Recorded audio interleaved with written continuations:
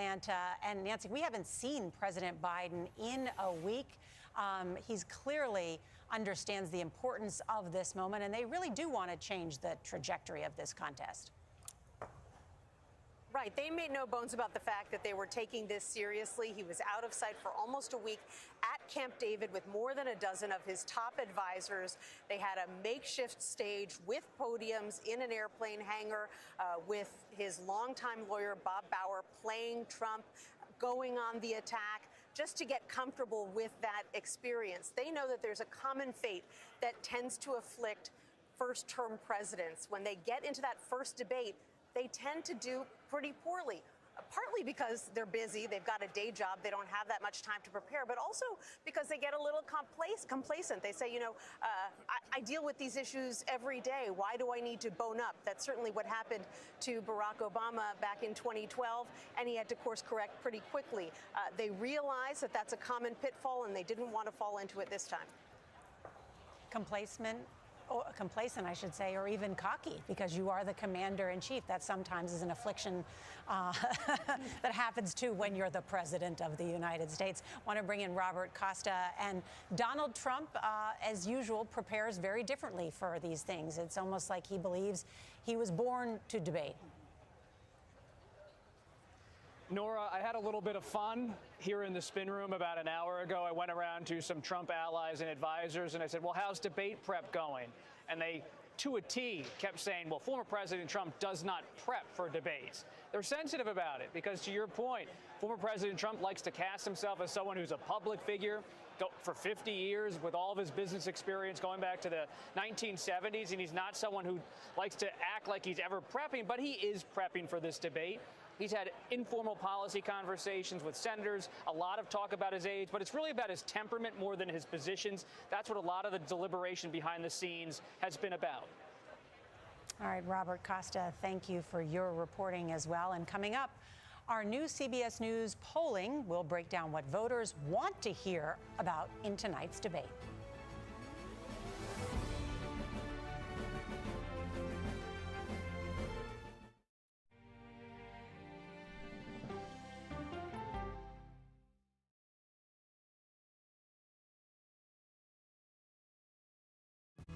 Coming up, our series. Wait a minute. Tom, is that you working the camera? Keep leaning out of your close-up. Your morning routine just got better. CBS Mornings, weekdays at 7.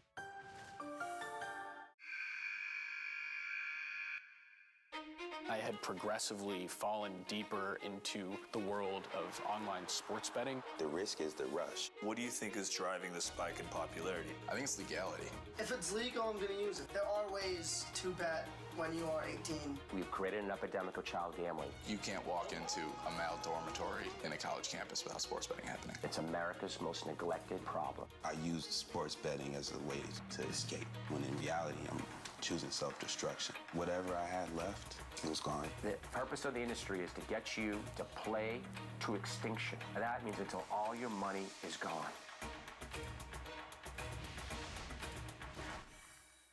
Go to the ends of the earth. Reach for the stars. Yeah, I just took off. That kind of thing. Oh, that's pretty good. Because there's always something new under the sun on CBS Sunday morning. An original documentary from CBS Reports. That desired farm, it's a wonderful place to raise children, and it still is. Promises broken. Black Americans have been the target of racism and discrimination pretty much from the time they acquired ownership in the land. Costing black farmers hundreds of billions in generational wealth. They did everything to make sure we were run off that land. But communities are uniting to continue the fight. Collective ownership is powerful. To keep their land and their dreams alive. To watch my children play on land that we own means everything. So land is power. Most definitely. 40 Acres and a Mule, now streaming on the free CBS News app. People with developmental disabilities were once sequestered by the hundreds of thousands in institutions. Many of our fellow citizens are suffering tremendously because lack of attention, lack of imagination, lack of adequate manpower. Disability activists have since torn down barriers blocking them from living at home or in the community.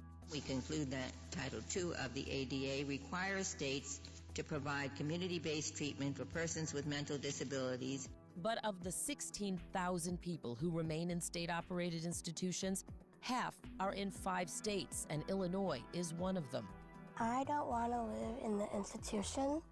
It makes me feel discriminated against. Do you think there are people living in institutions in Illinois that don't need to be living there? Yeah, because they're proving it as soon as they get out.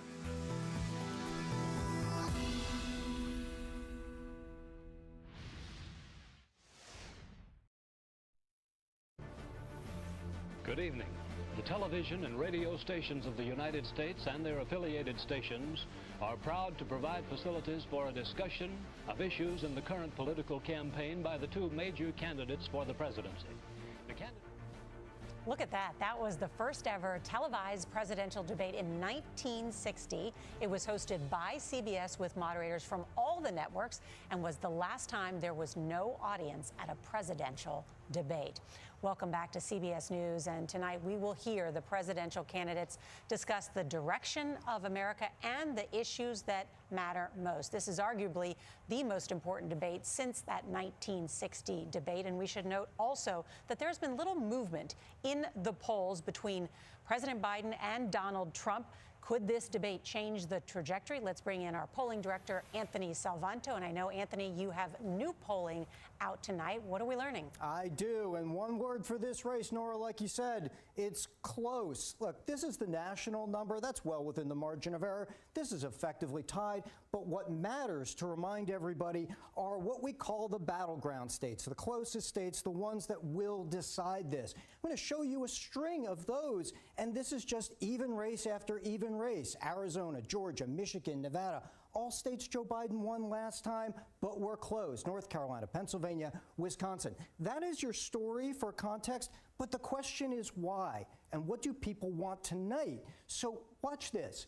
Democrats say they want Joe Biden tonight to take a more forceful tone. Why is that? Well, Ed mentioned earlier about that apprehension. Let me show you this. Among Joe Biden's supporters, their top reason for voting for Biden is, they say, to oppose Donald Trump. So I think you'll see Joe Biden tonight try to make this about Donald Trump, because he does better when people think it's a referendum on Donald Trump. But Trump, for his part, let me show you this. His advantage is that people remember the economy under him well. So take a look at this big gap. More people think they will be financially better off with Donald Trump as president than if Joe Biden wins. So you expect Donald Trump to press that advantage as well. And so what does that mean? That means Republicans tonight say they want Donald Trump to take a more polite tone. They know he's got the base, but he's got that overall edge on the economy. Final point, Nora. We asked people, could you learn anything tonight that you think could change your mind? And it's 11% who say they definitely could. That's not a big number, but it comes back to that idea of close, Nora. Really interesting, Anthony Salvanto. Thank you so much. We've also learned from Anthony's polling the importance of abortion rights or reproductive rights. And Margaret, just today, that ruling from the Supreme Court about Idaho, which is one of 6 states in America that has a near total ban, where they've lost 20% of their OBGYNs because doctors there are concerned about being prosecuted for providing health care, essentially, to women who may be having a miscarriage. How do you see this playing out tonight on stage and as voters go to the polls? And that brings us back to that Supreme Court decision that sent the issue back to the states. And Donald Trump is likely going to say that's where it needs to stay and try not to engage on some of the substance that you just laid out in these tough decisions that come down to, is it health care that is life-saving or not in that specific case? And can I just say why I think that's interesting, too? Because then shouldn't Joe Biden make the argument, oh, well, I sued Idaho to protect the rights of women and who are in a dire medical situation. Would you not, Donald Trump, have challenged the state of Idaho to protect women? And it'll be really interesting to see how much he engages on this. But Joe Biden, as president, rarely discusses the issue of abortion. And he has said, I'm just not big on it, was one of his quotes. Some of this has to do with his religious conviction. But to your point, this is something that is going to be a political force, no matter how comfortable. This is an uncomfortable topic, period, to talk about. But we know that in the midterms, abortion was a driving force in those races in a way that helped Democrats. They held on to the Senate, if you remember. And the party is hoping that when it comes to the presidential race, it'll also benefit Joe Biden, that it will drive up turnout.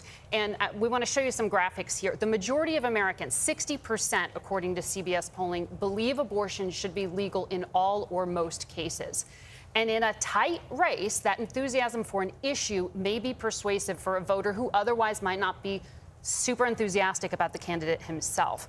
And Democrats are looking at 11 states this fall, they're on your screen, where the issue of abortion access will literally be on the ballot as a standalone issue. And it includes battlegrounds like Arizona and Nevada. And this single issue could make a difference. Now, the Trump campaign has tried to neutralize the political force by arguing, as we were just talking about, that the Supreme Court sent it back to the states to decide on legality and that there shouldn't be a federal policy. But that frustration has frustrated some of the religious conservatives in the Republican Party who want Donald Trump to attempt a national ban or restrictions. Joe Biden's campaign has just tried to harness the political power by arguing that it was Trump who put the Supreme Court justices on that court that struck down Roe versus Wade, and that reproductive health care of all types, IVF, access to birth control, all of it's under threat if Trump is reelected. Now, that's a message, though, where you would be more likely to hear from Vice President Harris if she was on that stage. She's been delivering it for the campaign.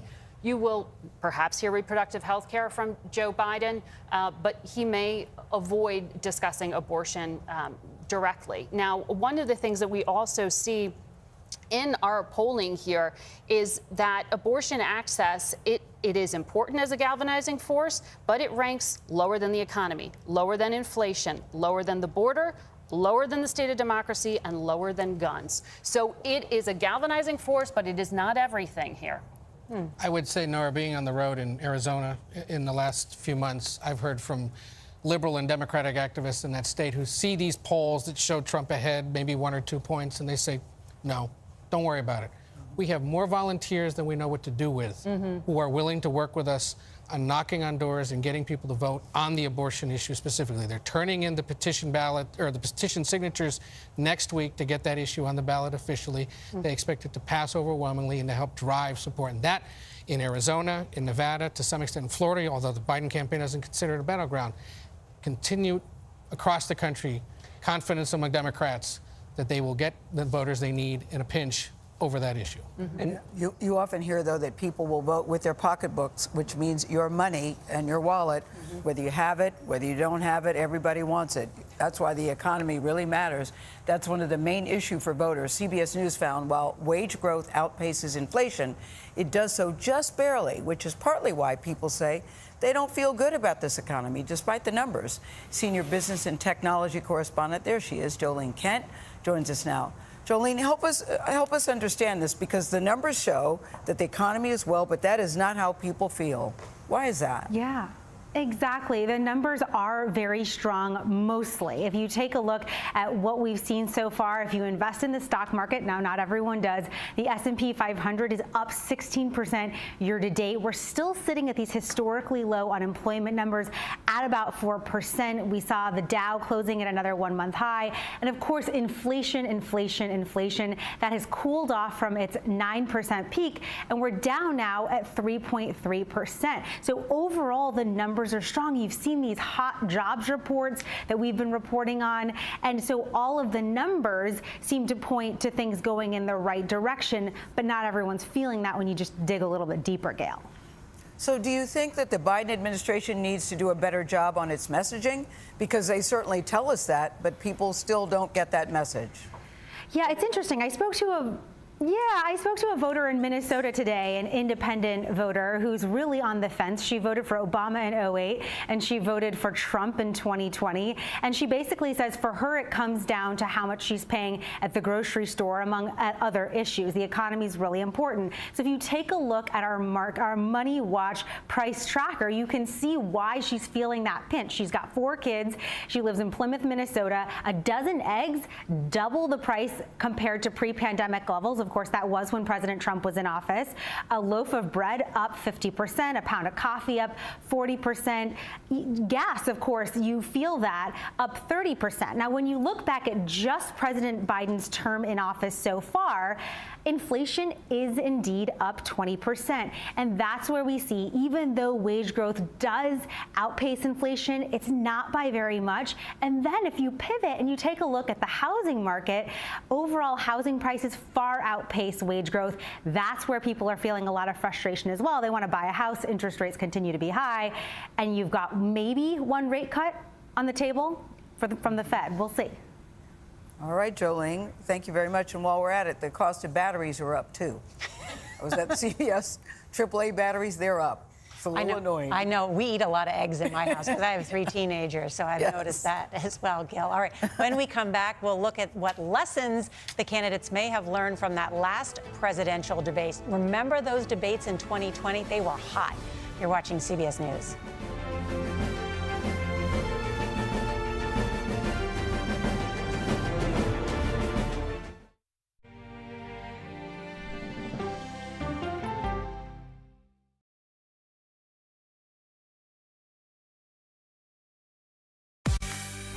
On our places, bright, shiny faces. When you wake up in the morning, we want to be your go-to team. Nate has one of the quickest minds I've ever seen. Tony has a way of making people feel comfortable. Gail has this unbelievable knack to ask the question that you're asking at home. I've been told I could talk to a tree, and that's pretty much true. I don't go to work in the morning. I go for coffee with my 2 good friends, and we talk about the world. Your morning routine just got better. CBS Mornings, weekdays at 7. It didn't seem like anything could happen, because nothing ever happens in East Palestine, but it did. Authorities released toxic fumes from 5 derailed train cars. Resident, please evacuate. Acute bronchitis due to chemical fumes. Did you ever have these problems before the derailment? No, ma'am. This neighborhood's not safe no more. We can assure the community that there's not vinyl chloride entering their communities. Then why are there so many people feeling these various symptoms of bloody noses or difficulty breathing, bronchitis? That's a hard question to answer. We're talking about one of the most blatant releases of a mixture of some of the most toxic chemicals that we've seen in America. I feel like now I have a duty to warn other communities. If my daughter has to watch me die of cancer, at least it saves someone else.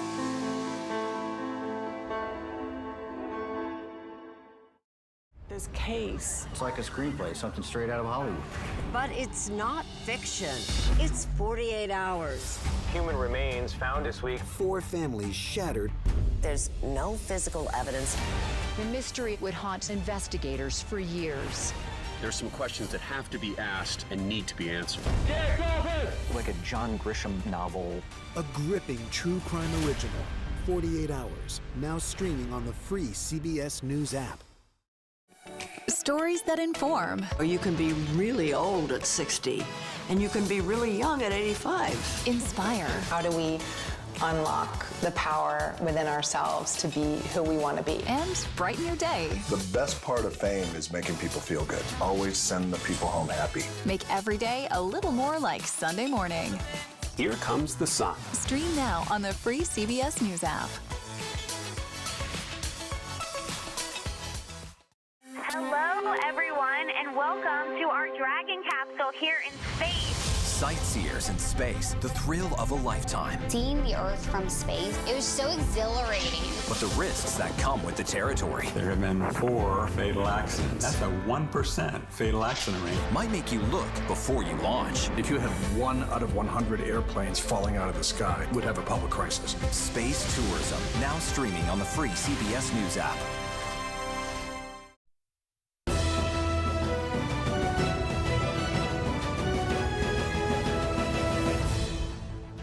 The issue is the American people should speak.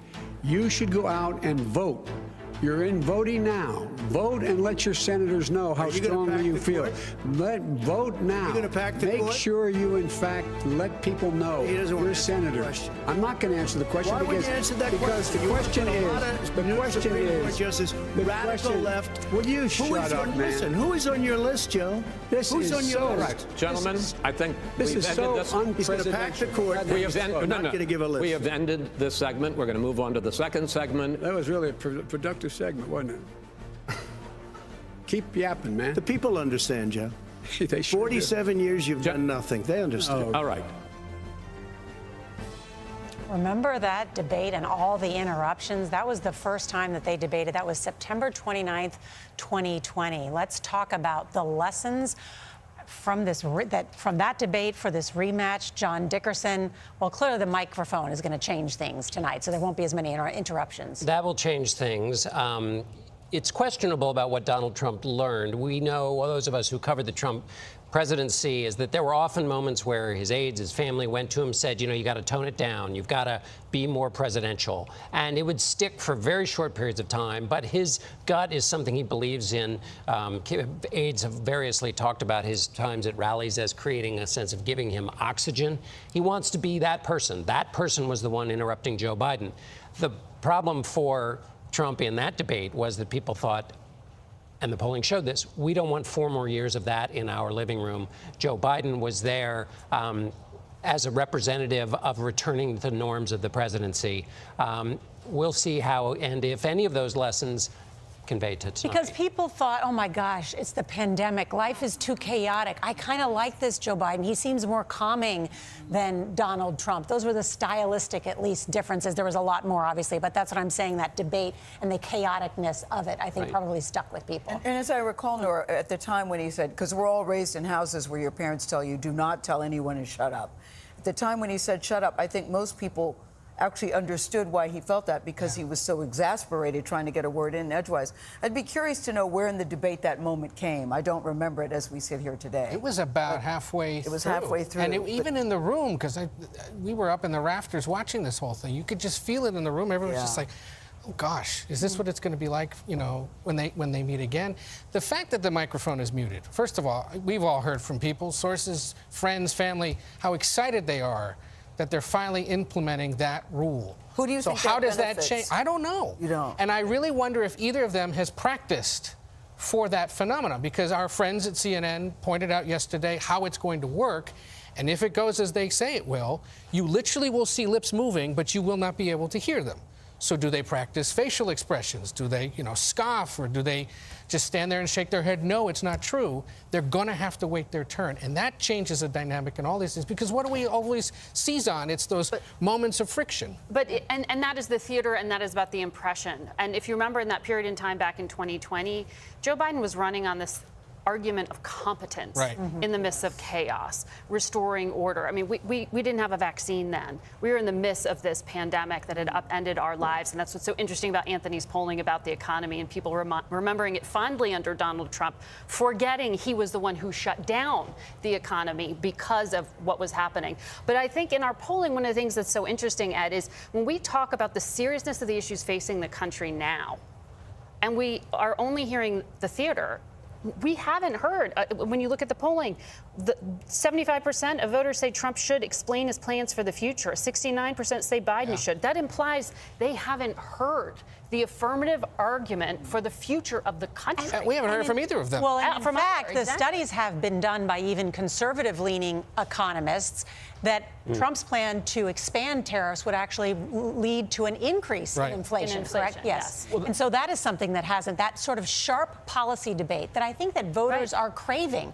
Wait a minute, I do want to know what their plan is for the future. How are they going to make my life better and my children's lives better? What are they going to do for me, the taxpayer. And also, this goes back to, did you prepare for the debate or didn't you prepare for the debate? You can't riff your way through a presidency. You can't just wing it and be kind of in the moment when you're dealing with things like alliances that need to be tended when you have invasions happening. You can't just decide on your economic policy on the fly when you've got massive moving forces globally, also with the advent of artificial intelligence. You have to have a plan. You have to think things through. You have to anticipate. And all of that comes down to this stylistic difference between the two of them. So it is theater review, but it attaches to a crucial thing about the presidency, which is that it is a job that you cannot just improvise your way through. Don't you find it hard to believe that he's done no preparation? I mean, I know he says that he's prepared for this his whole life when he goes out on rallies, but this is such a big moment for both of them. Because the research, I know Margaret and Nora are like, yeah, I can kind of believe that he has to do that. What in his previous behavior would lead you to believe that he's cracking the books? Because I just think that this is different. There is so much at stake for both of them. There always is. But in this particular case, Joe Biden has to bring it to show, look, that I'm physically capable of doing this. Donald Trump has to show that I can be, quote, presidential, that I can, quote, behave. Well, he can do that. Yeah. They both have something to prove to the audience tonight. We're going to find out in less than 25 minutes. And I can't wait. I know, exactly.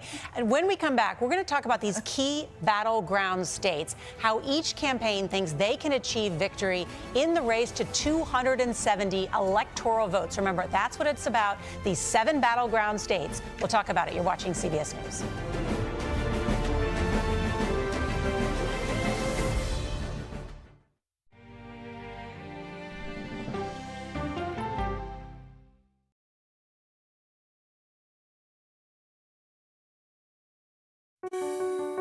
Washington is the seat of power. National security, foreign policy, global economics, every story comes through Washington in some way. We bring some of the most powerful voices in America to the table. We don't just ask the questions, you have to go deeper. We try to understand what's at the heart of the issue we're talking about, to then come forward with solutions. Face the Nation on CBS. The justices ruled that Harvard and the University of North Carolina violated the Constitution. In the aftermath of the Supreme Court decision to end affirmative action in college admissions, uncertainty sets in for some students of color. Affirmative action really gave us an equal opportunity. CBS Reports explores the historic decision and what it means for those chasing an opportunity to change their lives. I knew that college was the ticket to break this cycle. The end of affirmative action, now streaming on the free CBS News app. Okay, let's go. You guys good? Hey. All right, we good? Keep going. The clock, it's ticking. Off we go. 60 minutes. 60 minutes. 60 minutes. It's time for 60 Minutes, Sundays on CBS. An original documentary from CBS Reports. AI is among the most world-changing technologies ever. Curing diseases, scientific breakthroughs, making lives better. It can help us with medical discoveries, scientific discoveries, doing better agriculture, having cures for things like Alzheimer's. It's also going to really transform the way we work. The uplifting potential of artificial intelligence is limitless. It gives you a friend, somebody to chat with 24/7 that is non-judgmental. He makes me feel loved and desired. And so are its downfalls. The problem with all this AI is that it's unpredictable and uncontrollable. The choices we make now will have lasting effects for decades, maybe even centuries. The ChatGPT revolution, now streaming on the free CBS News app. We are about to see American weapons in the hands of Mexican cartels. A gun pipeline to Mexico. We are arming the cartels. 100%, no doubt about it. Happening right under our noses. Who's doing something about this? Nobody. A CBS Reports exclusive. Most Americans have no idea that we are effectively arming the enemy next door. This is the story the American people need to know. Arming cartels, now streaming on the free CBS News app. America Decides, taking you inside American democracy. The most important stories on a day-to-day, hour-to-hour basis. You're going to hear a lot of reporting. It is clearly a pivotal moment. Gun control, the economy, education. Both sides of the political aisle fight it out for power. Bringing you the analysis that you need. Thoughtfully, with context. Be part of the conversation. On CBS News streaming. Welcome to America Decides, Monday through Thursday at 5 p.m. Eastern.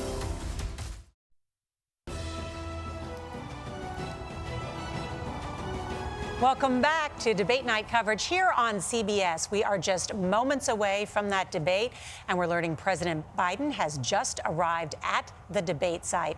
After the debate, President Biden is going to head to North Carolina for a rally tomorrow. North Carolina is one of 7 states where this election will be decided. Now, of those 7 states, Joe Biden won 6 of them in the last election. The one state that he did not win was North Carolina, right, Major Garrett? But I know you're going to break it down for us because I am so obsessed with these 7 states. Exactly. Good evening, Nora. Good evening, everyone. I know it feels a little early to bring back our old friend, the Electoral College map, but look, we have a presidential debate in June, so it gets early around here with the campaign 2024. So, stop me if you've heard this before. Who wins this election is going to come down to 7 battleground states. Nora just referred to them. What are they? Let's go through them once again. Nevada, Arizona, Wisconsin, Michigan, Pennsylvania, and as Nora just mentioned, North Carolina, as well as Georgia. Now, in 2020, Biden won 6 of those states. So we asked each campaign, what do they think is the easiest path for them to achieve victory? Let's first start with the incumbent President Biden. Now, if he wins all the lean and likely Democratic states on our friend the map, he just needs to win the states the campaign affectionately calls the blue wall. That's Wisconsin, Michigan, and Pennsylvania. The president would also again need to pick up the 1 electoral vote from Nebraska's 2nd congressional district. That would put him at exactly 270 electoral votes. We all know that's the magic number. Now let's flip to the Trump side of the equation.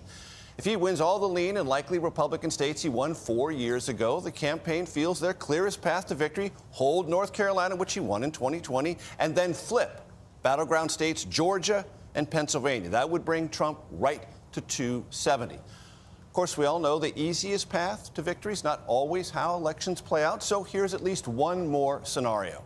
Let's say Trump carries every state he won in 2020, along with the same electoral votes from Nebraska and Maine. That would put him at 235 electoral votes. If Trump wins the 3 states he lost in 2020 by less than 1%, that's Wisconsin, Arizona, and Georgia, he would have 272 electoral votes and be returned to the Oval Office. Nora and everyone, back to you.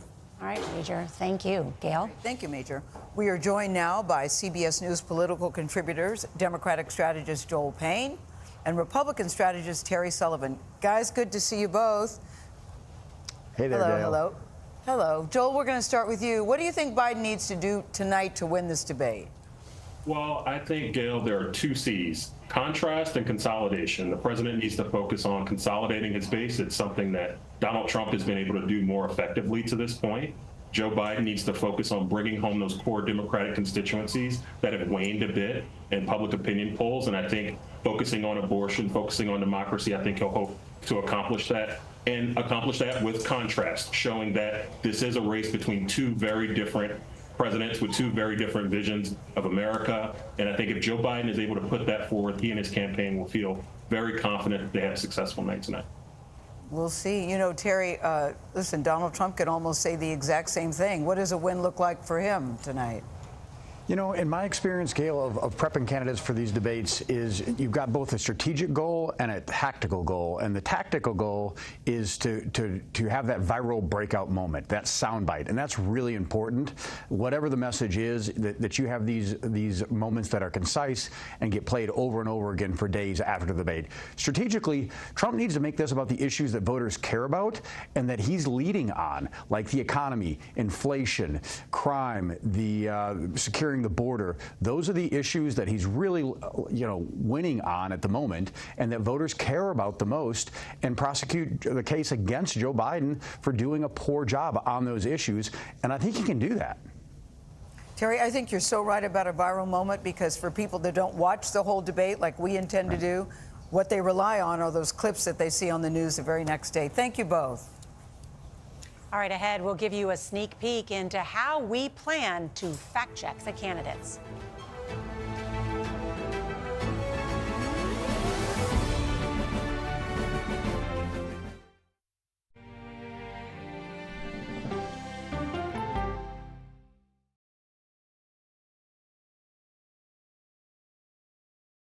Go to the ends of the earth. Right now. We got something crazy. and reach for the stars. Here we are. Time. Yes, it's my comeback. Hey, this is pretty fun. But wait, there's more. Experience thought-provoking, Welcome to the idea of being a human being. innovative, and truly original reporting. Look through a telescope and go, wow. Because there's always something new under the sun on CBS Sunday morning. At this moment, terrorists could be plotting another attack. 9/11 triggered a counter-terrorist system that included a secret database. This person needs a closer look. A growing list of nearly 2 million people, including some Americans who say they're innocent. On 1 hour flight, I have to spend 6 hours to go and come back. CBS Reports explores the system, the people responsible for it, and those pushing for change. I'm not fighting against them. I'm fighting for them to do the right thing. The Watch List, now streaming on the free CBS News app. Don't miss true crime anytime you want, anywhere you go. With the 48 Hours podcast. Real crimes, real lives, real justice. There's some questions that have to be asked and need to be answered. Listen to 48 Hours on Apple Podcasts. An original documentary from CBS Reports. Imagine yourself in Manhattan with no police, no army, no mayor. The people of Haiti stare down poverty, corruption, natural disasters, and violence. 90% of the guns that are used by gangs in Haiti are American guns. But with an unbreakable spirit and eternal optimism. There are days where I cry, but we can't be discouraged. We still believe in Haiti. They're still able to look ahead with hope. Haiti is on the brink of transformation, a radical shift. Haitians are coming together and saying things must change. Fighting for Haiti, now streaming on the free CBS News app. Hey there, welcome to The Uplift. I thought she was a groom, and I stepped back and I went, oh, you're the queen. She's going to be with me every instant that I'm alive. I just wanted to see if you'd go to Disneyland with me today. I look over at him and he's smiling. I'm going to remember that the rest of my life. They told us when he was going to be born, he was only going to live for 30 minutes. It's really a miracle that he's with us today. The Uplift. Stream now on the free CBS News app. When you wake up in the morning, we want to be your go-to team. On our places, bright, shiny faces. I don't go to work in the morning. I go for coffee with my 2 good friends, and we talk about the world. Your morning routine just got better. CBS Mornings. A CBS News investigation. People looking for love, finding their life savings gone. This could happen to anybody. And sometimes losing their lives. Anything for love. Now streaming on the free CBS News app.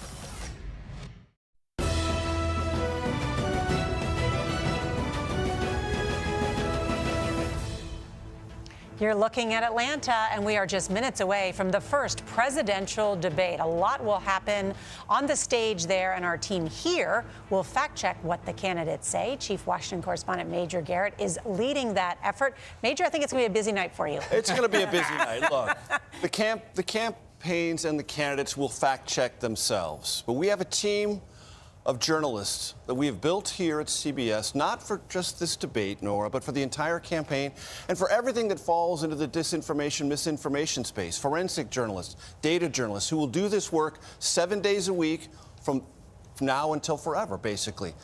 Tonight, we will unveil the CBS Confirmed team to take a look at the things that the campaigns and the candidates say tonight that most need a fact check.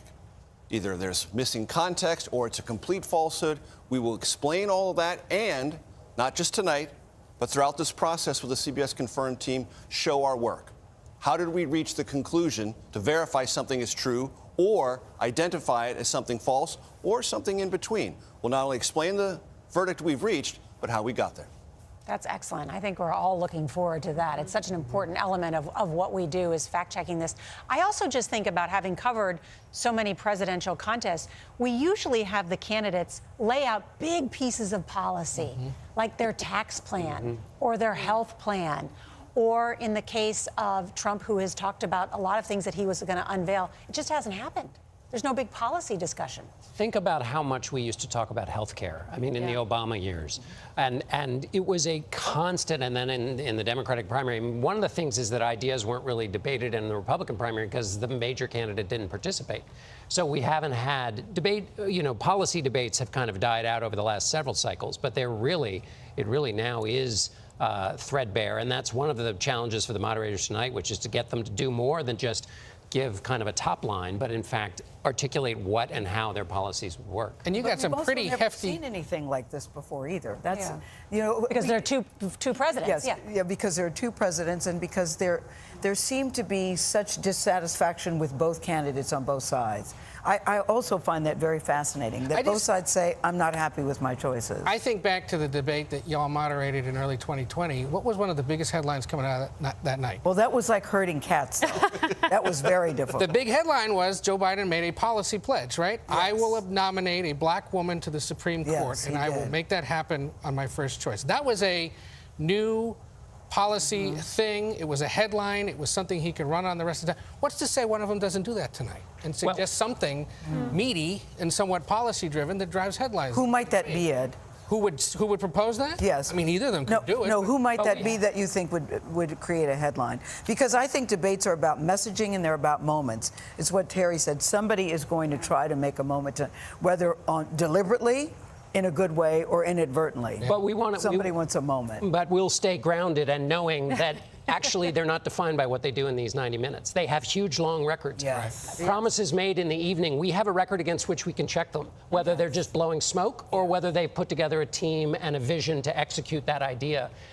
Because these two candidates have been tested in the job and facing the reality that tonight might get into fantasy. And how do you characterize each other's record? Each president has 4 years, nearly 4 years for Joe Biden, a full 4 years for President Trump.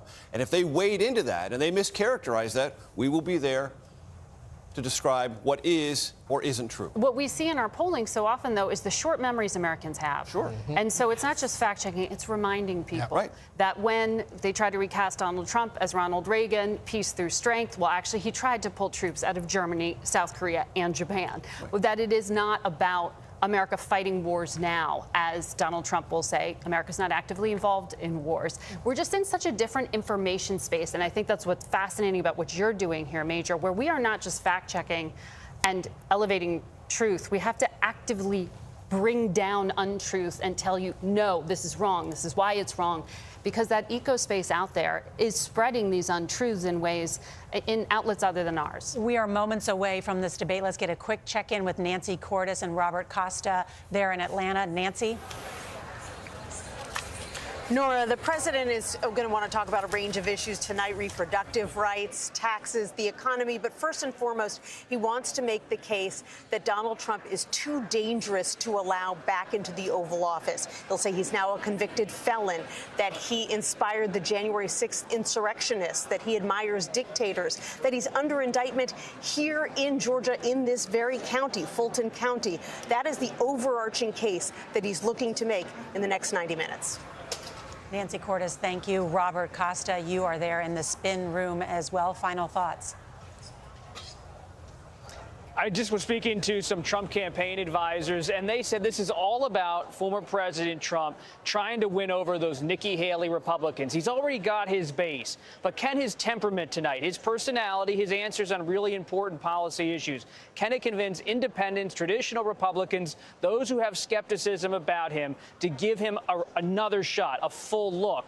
We'll see. 90 minutes, it's political war between these two.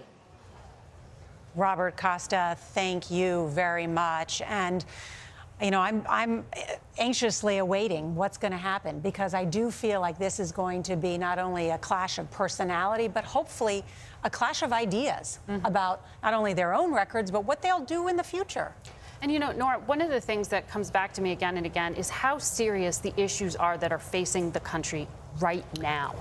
And that it has to be more than a tweet or a bumper sticker, and that we are excited there's a debate when that used to be the very basic expectation of what voters were required to hear, an actual cogent, you know, explanation of what someone was offering when they were arguing to be your commander-in-chief. And when there's a bipartisan agreement on immigration about how to do that, where Democrats went the most conservative that they've ever gotten and pushed them there, and they still couldn't get a deal done. Americans can steal this debate back from the political system and say, they didn't answer my questions, they didn't talk about what I want, and demand that from the candidates. They don't have to take what's being fed tonight. All right. Thanks to all of you, and our coverage of the CNN presidential debate will continue momentarily here on CBS News 24/7 and on your local CBS station. Up next, the next and first presidential debate.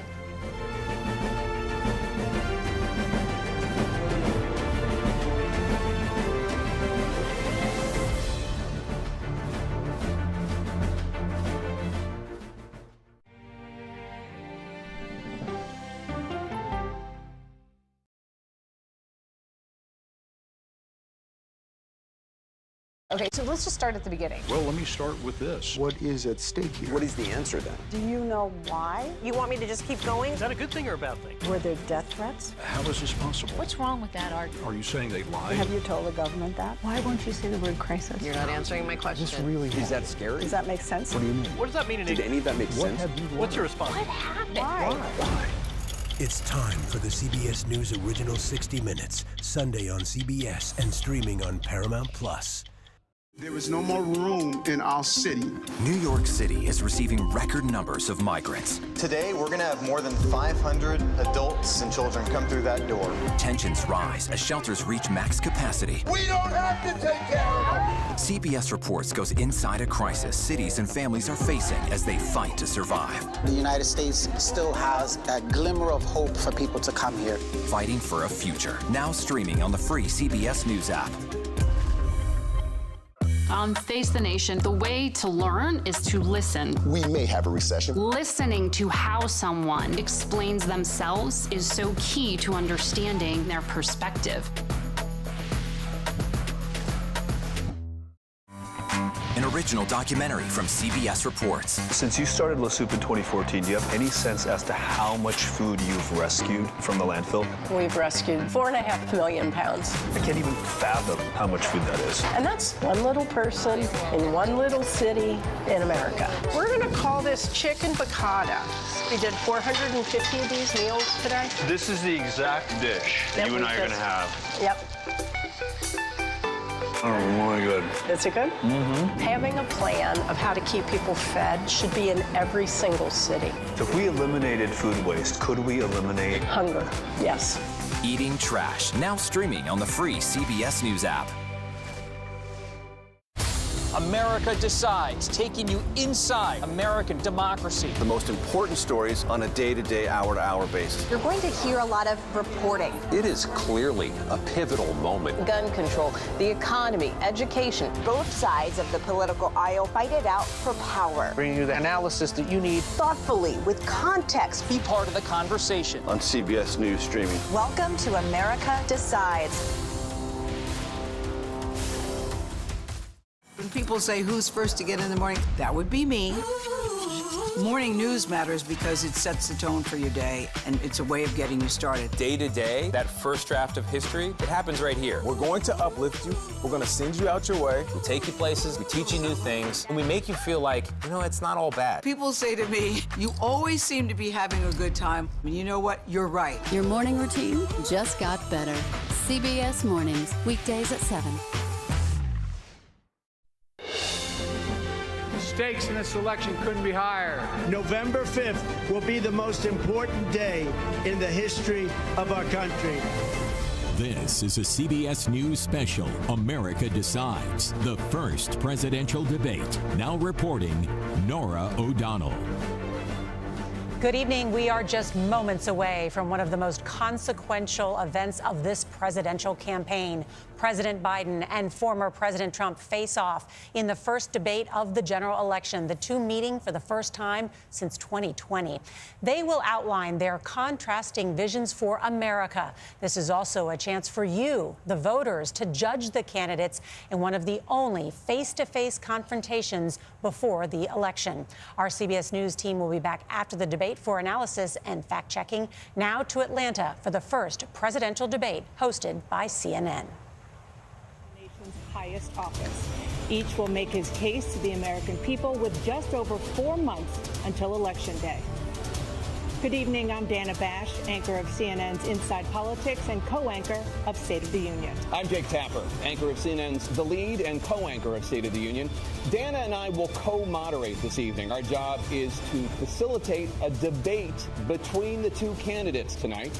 Before we introduce them, we want to share the rules of the debate with the audience at home. Former President Trump will be on the left side of the screen. President Biden will be appearing on the right. A coin toss determined their positions. Each candidate will have 2 minutes to answer a question and 1 minute each for responses and rebuttals. An additional minute for follow-up, clarification, or response is at the moderator's discretion. When it's time for a candidate to speak, his microphone will be turned on and his opponent's microphone will be turned off. Should a candidate interrupt when his microphone is muted, he will be difficult to understand for viewers at home. At the end of the debate, each candidate will get 2 minutes for closing statements. There is no studio audience tonight. Pre-written notes, props, or contact with campaign staff are not permitted during the debate. By accepting our invitation to debate, both candidates and their campaigns agreed to accept these rules. Now, please welcome the 46th President of the United States, Joe Biden. Folks, how are you?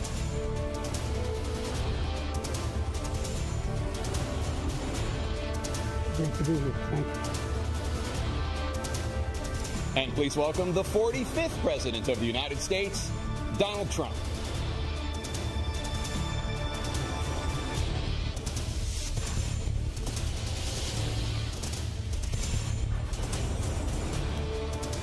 Gentlemen, thanks so much for being here. Let's begin the debate, and let's start with the issue that voters consistently say is their top concern, the economy. President Biden, inflation has slowed, but prices remain high. Since you took office, the price of essentials has increased. For example, a basket of groceries that cost $100 then now costs more than $120. And typical home prices have jumped more than 30%. What do you say to voters who feel they are worse off under your presidency than they were under President Trump? We got to take a look at what I was left when I became president and what Mr. Trump left me. We had an economy that was in free fall. The pandemic was so badly handled. Many people were dying. All he said was, it's not that serious. Just inject a little bleach into your arm. You'll be all right. The economy collapsed. There were no jobs. Unemployment rate rose to 15%. It was terrible. And so what we had to do is try to put things back together again. And that's exactly what we began to do.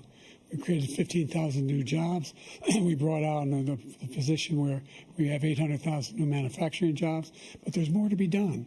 There's more to be done. Working class people are still in trouble. I come from Scranton, Pennsylvania. I come of a household where the kitchen table, if the things weren't able to be met during the month, it was a problem. Price of eggs, the price of gas, the price of housing, the price of a whole range of things. That's why I'm working so hard to make sure I deal with those problems.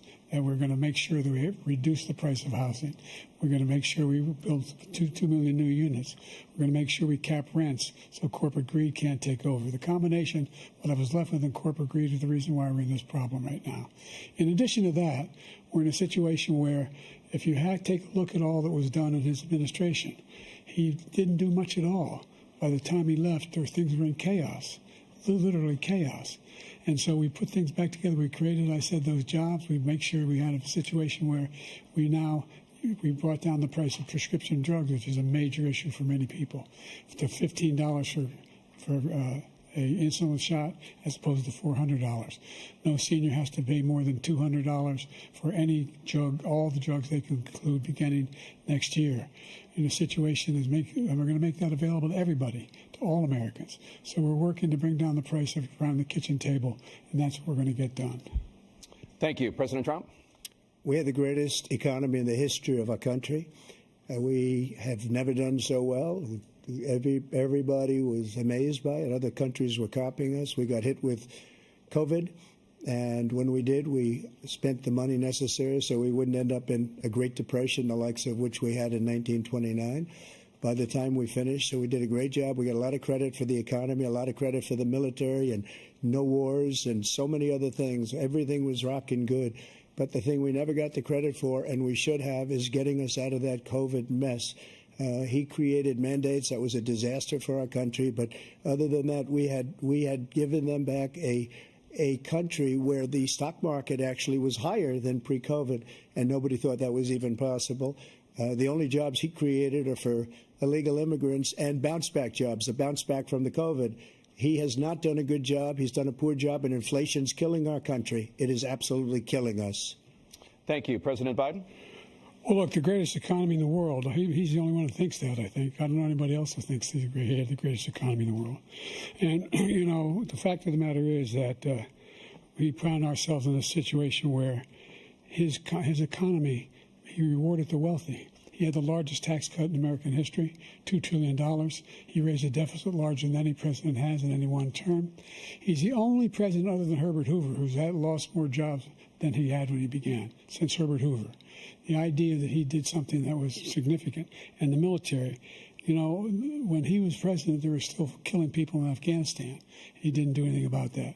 When he was president, we were still finding ourselves in a position where you had a notion that we were this safe country. The truth is, I'm the only president this century that doesn't have this decade, that doesn't have any troops dying anywhere in the world like he did. President Trump, I want to follow up if I can. Am I allowed to respond to him? Well, I'm going to ask you a follow-up. You can do whatever you want with the minute that we give you. I want to follow up. You want to impose a 10% tariff on all goods coming into the U.S. How will you ensure that that doesn't drive prices even higher? It's not going to drive them higher. It's just going to cause countries that have been ripping us off for years, like China and many others, in all fairness to China. It's going to just force them to pay us a lot of money, reduce our deficit tremendously, and give us a lot of power for other things. But he made a statement. The only thing he was right about is I gave you the largest tax cut in history. I also gave you the largest regulation cut in history. That's why we had all the jobs. And the jobs went down, and then they bounced back, and he's taking credit for bounce-back jobs. You can't do that. He also said he inherited 9% inflation. No, he inherited almost no inflation, and it stayed that way for 14 months. And then it blew up under his leadership because they spent money like a bunch of people that didn't know what they were doing. And they don't know what they were doing. It was the worst, probably the worst administration in history. There's never been. And as far as Afghanistan is concerned, I was getting out of Afghanistan, but we were getting out with dignity, with strength, with power. He got out. It was the most embarrassing day in the history of our country's life. President Trump, over the last 8 years, under both of your administrations, the national debt soared to record highs. And according to a new nonpartisan analysis, President Trump, your administration approved $8.4 trillion in new debt, while so far, President Biden, you've approved $4.3 trillion in new debt. So, former President Trump, many of the tax cuts that you signed into law are set to expire next year. You want to extend them and go even further, you say. With the U.S. facing trillion-dollar deficits and record debt, why should top earners and corporations pay even less in taxes than they do now? Because the tax cuts spurred the greatest economy that we've ever seen just prior to COVID. And even after COVID, it was so strong that we were able to get through COVID much better than just about any other country. But we spurred, that tax spurred. Now, when we cut the taxes, as an example, the corporate tax was cut down to 21% from 39%, plus beyond that. We took in more revenue with much less tax, and companies were bringing back trillions of dollars back into our country. The country was going like never before, and we were ready to start paying down debt. We were ready to start using the liquid gold right under our feet, the oil and gas right under our feet. We were going to have something that nobody else has had. We got hit with COVID. We did a lot to fix it. I gave him an unbelievable situation with all of the therapeutics and all of the things that we came up with. We gave him something great. Remember, more people died under his administration, even though we had largely fixed it. More people died under his administration than our administration, and we were right in the middle of it, something which a lot of people don't like to talk about. But he had far more people dying in his administration. He did the mandate, which is a disaster, mandating it. The vaccine went out. He did a mandate on the vaccine, which is the thing that people most objected to about the vaccine. And he did a very poor job, just a very poor job. And I will tell you, not only poor there, but throughout the entire world, we're no longer respected as a country. They don't respect our leadership. They don't respect the United States anymore. We're like a third world nation between weaponization of his election, trying to go after his political opponent, all of the things he's done. We've become like a third world nation, and it's a shame. the damage he's done to our country. And I'd love to ask him, and will, why he allowed millions of people to come in here from prisons, jails, and mental institutions to come into our country and destroy our country. President Trump, we will get to immigration later in this block. President Biden, I want to give you an opportunity to respond to this question about the national debt. He had the largest national debt of any president in a 4-year period, number one. Number two, that $2 trillion tax cut benefited the very wealthy. What I'm going to do is fix the tax system. For example, we have 1,000 trillionaires in America. Billionaires in America. And what's happening? They're in a situation where they, in fact, pay 8.2% in taxes. If they just paid 24%, 25%, either one of those numbers, they'd raise $500 billion, I should say, in a 10-year period. We'd be able to wipe out his debt. We'd be able to help make sure that all those things we need to do, child care, elder care, making sure that we continue to strengthen our health care system, making sure that we're able to make every single solitary person eligible for what I've been able to do with the with the COVID, with dealing with everything we have to do with, look, if we finally beat Medicare. Thank you, President Biden. President Trump? Well, he's right. He did beat Medicare. He beat it to death, and he's destroying Medicare because all of these people are coming in. They're putting them on Medicare. They're putting them on Social Security. They're going to destroy Social Security. This man is going to single-handedly destroy Social Security. These millions and millions of people coming in, they're trying to put them on Social Security. He will wipe out Social Security. He will wipe out Medicare. So he was right in the way he finished that sentence. And it's a shame. What's happened to our country in the last 4 years is not to be believed. Foreign countries, I'm friends with a lot of people, they cannot believe what happened to the United States of America. We're no longer respected. They don't like us. We give them everything they want, and they think we're stupid. They think we're very stupid people. What we're doing for other countries, and they do nothing for us. What this man has done is absolutely criminal. Thank you, President Trump. Dana? This is the first presidential election since the Supreme Court overturned Roe v. Wade. This morning, the court ruled on yet another abortion case, temporarily allowing emergency abortions to continue in Idaho, despite that state's restrictive ban. Former President Trump, you take credit for the decision to overturn Roe v. Wade, which returned the issue of abortion to the states. Correct. However, the federal government still plays a role in whether or not women have access to abortion pills. They're used in about 2/3 of all abortions. As president, would you block abortion medication? First of all, the Supreme Court just approved the abortion pill, and I agree with their decision to have done that, and I will not block it. And if you look at this whole question that you're asking, complex but not really complex. 51 years ago, you had Roe v. Wade, and everybody wanted to get it back to the states. Everybody, without exception. Democrats, Republicans, liberals, conservatives. Everybody wanted it back. Religious leaders. And what I did is I put 3 great Supreme Court justices on the court, and they happened to vote in favor of killing Roe v. Wade and moving it back to the states. This is something that everybody wanted. Now, 10 years ago or so, they started talking about how many weeks and how many this, and getting into other things. But every legal scholar throughout the world, the most respected, wanted it brought back to the states. I did that. Now the states are working it out. If you look at Ohio, it was a decision that was an end result that was a little bit more liberal than you would have thought. Kansas, I would say the same thing. Texas is different. Florida is different.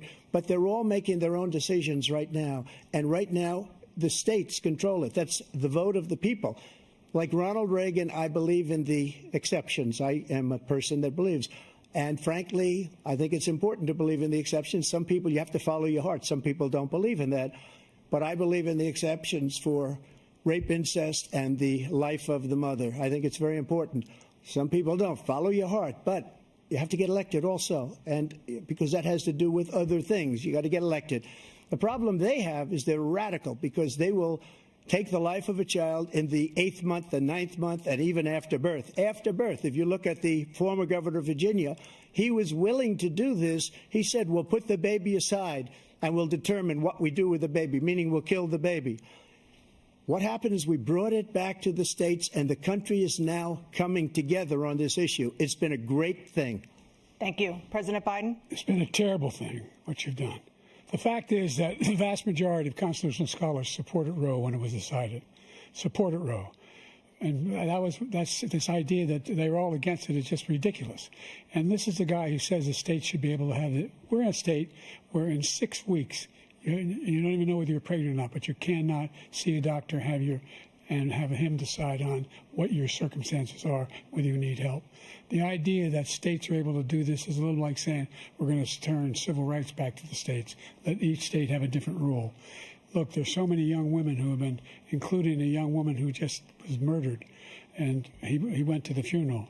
The idea that she was murdered by an immigrant coming in. They talk about that, but here's the deal: there's a lot of young women who are being raped by their in-laws, by their spouses, brothers and sisters, it's just ridiculous, and they can do nothing about it. And they try to arrest them when they cross state lines. Thank you. There have been many young women murdered by the same people he allows to come across our border. We have a border that's the most dangerous place anywhere in the world, considered the most dangerous place anywhere in the world. And he opened it up, and these killers are coming into our country, and they are raping and killing women. And it's a terrible thing. As far as the abortion is concerned, it is now back with the states. The states are voting. In many cases, it's frankly a very liberal decision. In many cases, it's the opposite. But they're voting, and it's bringing it back to the vote of the people, which is what everybody wanted, including the founders, if they knew about this issue, which, frankly, they didn't. But they would have. Everybody wanted brought back. Ronald Reagan wanted it brought back. He wasn't able to get it. Everybody wanted it brought back, and many presidents had tried to get it back. I was the one to do it. And again, this gives it the vote of the people, and that's where they wanted it. Every legal scholar wanted it that way. Staying on the topic of abortion, President Biden, 7 states, I'll let you do that. This is the same topic. 7 states have no legal restrictions on how far into a pregnancy a woman can obtain an abortion. Do you support any legal limits on how late a woman should be able to terminate a pregnancy? I supported Roe v. Wade, which had 3 trimesters. The first time is between the woman and the doctor. Second time is between the doctor and an extreme situation. The third time is between the doctor, between the woman and the state. The idea that the politicians, that the founders wanted the politicians to be the ones making decisions about women's health is ridiculous. That's the last. No politician should be making that decision. A doctor should be making those decisions. That's how it should be run. That's what you're going to do. And if I'm elected, I'm going to restore Roe v. Wade. So that means he can take the life of the baby in the 9th month and even after birth, because some states, Democrat run, take it after birth. Again, the former governor of Virginia, put the baby down, then we decide what to do with it. So he's willing to, as we say, rip the baby out of the womb in the 9th month and kill the baby. Nobody wants that to happen, Democrat or Republican. Nobody wants it to happen. You're lying. That is simply not true. The Roe v. Wade does not provide for that. That's not the circumstance. Only if a woman's life is in danger, she's going to die. That's the only circumstance in which that can happen. But we are not for late-term abortion, period. Period, period. Under Roe v. Wade, you have late-term abortion. You can do whatever you want, depending on the state. You can do whatever you want. We don't think that's a good thing. We think it's a radical thing. We think the Democrats are the radicals, not the Republicans. For 51 years, that was the law. 51 years, constitutional scholarship said it was the right way to go. 51 years, and it was taken away because this guy put very conservative members on the Supreme Court. He takes credit for taking it away. What's he going to do? What's he going to do, in fact, if the MAGA Republicans, he gets elected, and the MAGA Republicans control the Congress, and they pass a universal ban on abortion, period, across the board at 6 weeks or 7 or 8 or 10 weeks, something very, very conservative. Is he going to sign that bill? I'll veto it. He'll sign it. Thank you. Let's turn now to the issue of immigration and border security. President Biden, a record number of migrants have illegally crossed the southern border on your watch. Overwhelming border states and overburdening cities such as New York and Chicago, and in some cases causing real safety and security concerns. Given that, why should voters trust you to solve this crisis? Because we worked very hard to get a bipartisan agreement that not only changed all of that, made sure that we are in a situation where you had no circumstance where they could come across the border with the number of border police there are now. We significantly increased the number of asylum officers. By the way, the Border Patrol endorsed my position. In addition to that, we found ourselves in a situation where when he was president, he was separating babies from their mothers, putting them in cages, making sure the families were separated. That's not the right way to go. What I've done since I've changed the law, what's happened? I've changed it in a way that now you're in a situation where there are 40% fewer people coming across the border illegally. That's better than when he left office. And I'm going to continue to move until we get the total ban on the total initiative relative to what we're going to do with more Border Patrol and more asylum officers. President Trump? I really don't know what he said at the end of that sentence. I don't think he knows what he said either. Look, we had the safest border in the history of our country. The border, all he had to do was leave it. All he had to do was leave it. He decided to open up our border, open up our country to people that are from prisons, people that are from mental institutions, insane asylum, terrorists. We have the largest number of terrorists coming into our country right now, all terrorists, all over the world, not just in South America, all over the world. They come from the Middle East, everywhere. All over the world, they're pouring in. And this guy just left it open. And he didn't need legislation because I didn't have legislation. I said, close the border. We had the safest border in history. In that final couple of months of my presidency, we had, according to Border Patrol, who is great, and by the way, who endorsed me for president, but I won't say that, but they endorsed me for president. Brandon, just speak to him. But look, we had the safest border in history. Now we have the worst border in history. There's never been anything like it. And people are dying all over the place, including the people that are coming up in caravans. Thank you, President Trump. President Biden? The only terrorist who's done anything crossing the border is one who came along and killed three, under his administration, killed an Al-Qaeda person come in his administration, killed three American soldiers. That's the only terrorist that's there. I'm not saying that no terrorist ever got through, but the idea they're emptying their prisons, we're welcoming these people, that's simply not true. There's no data to support what he said. Once again, he's exaggerating, he's lying. President Trump, staying on the topic of immigration, you've said that you're going to carry out, quote, the largest domestic deportation operation in American history, unquote. Does that mean that you will deport every undocumented immigrant in America, including those who have jobs, including those whose spouses are citizens, and including those who have lived here for decades? And if so, how will you do it? Just 1 second. He said we killed 3 people. The people we killed are al-Baghdadi and Soleimani, the 2 greatest terrorists, biggest terrorists anywhere in the world, and it had a huge impact on everything, not just border, on everything. He's the one that killed people with the bad water, including hundreds of thousands of people dying, and also killing our citizens when they come in. We are living right now in a rat's nest. They're killing our people in New York, in California, in every state in the union, because we don't have borders anymore. Every state is now a border. And because of his ridiculous, insane, and very stupid policies, people are coming in and they're killing our citizens at a level that we've never seen. We call it migrant crime. I call it Biden migrant crime.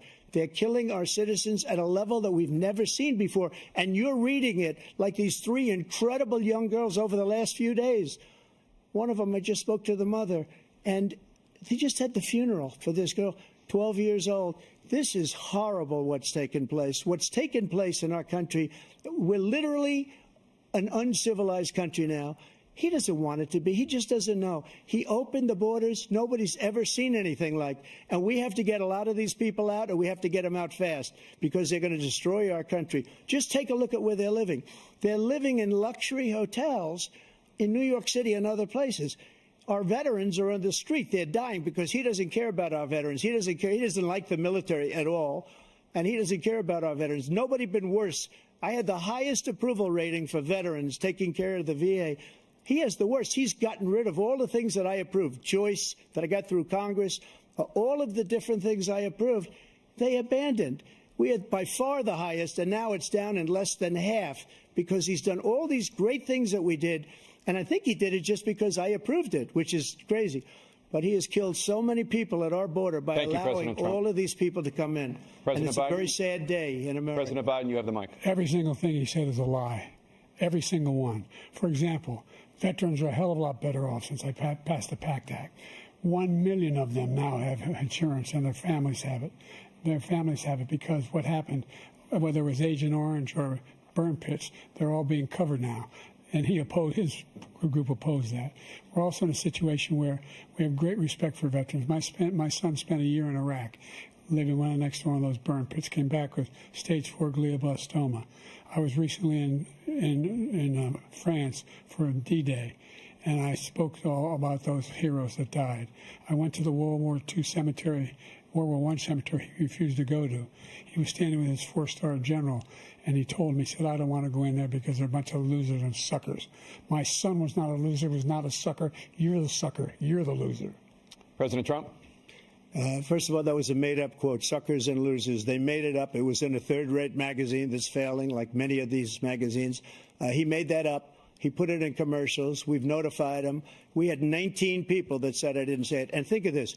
Who would say I'm at a cemetery or I'm talking about our veterans? Because nobody's taken better care. I'm so glad this came up, and he brought it up. There's nobody that's taken better care of our soldiers than I have. To think that I would, in front of generals and others, say suckers and losers. We have 19 people that said it was never said by me. It was made up by him, just like Russia was made up, just like the 51 intelligence agents are made up, just like the new thing with the 16 economists are talking. It's the same thing. 51 intelligence agents said that the laptop was Russia disinformation. It wasn't. That came from his son, Hunter. It wasn't Russia disinformation. He made up the suckers and losers, so he should apologize to me right now. 4-star general standing to your side who was on your staff who said you said it, period. That's number one. And number two, the idea that I have to apologize to you for anything along the line. We've done more for veterans than any president has in American history. And they now are in their family. The only sacred obligation we have as a country is to care for our veterans when they come home and their families and equip them when they go to war. That's what we're doing. That's what the VA is doing now. They're doing more for veterans than ever before in our history. All right. Thank you so much. Let's move to the topic of foreign policy. I want to begin with Russia's war against Ukraine, which is now in its third year. Former President Trump, Russian President Vladimir Putin says he'll only end this war if Russia keeps the Ukrainian territory it has already claimed and Ukraine abandons its bid to join NATO. Are Putin's terms acceptable to you? First of all, our veterans and our soldiers can't stand this guy. They can't stand him. They think he's the worst commander-in-chief, if that's what you call him, that we've ever had. They can't stand him. So let's get that straight. And they like me more than just about any of them.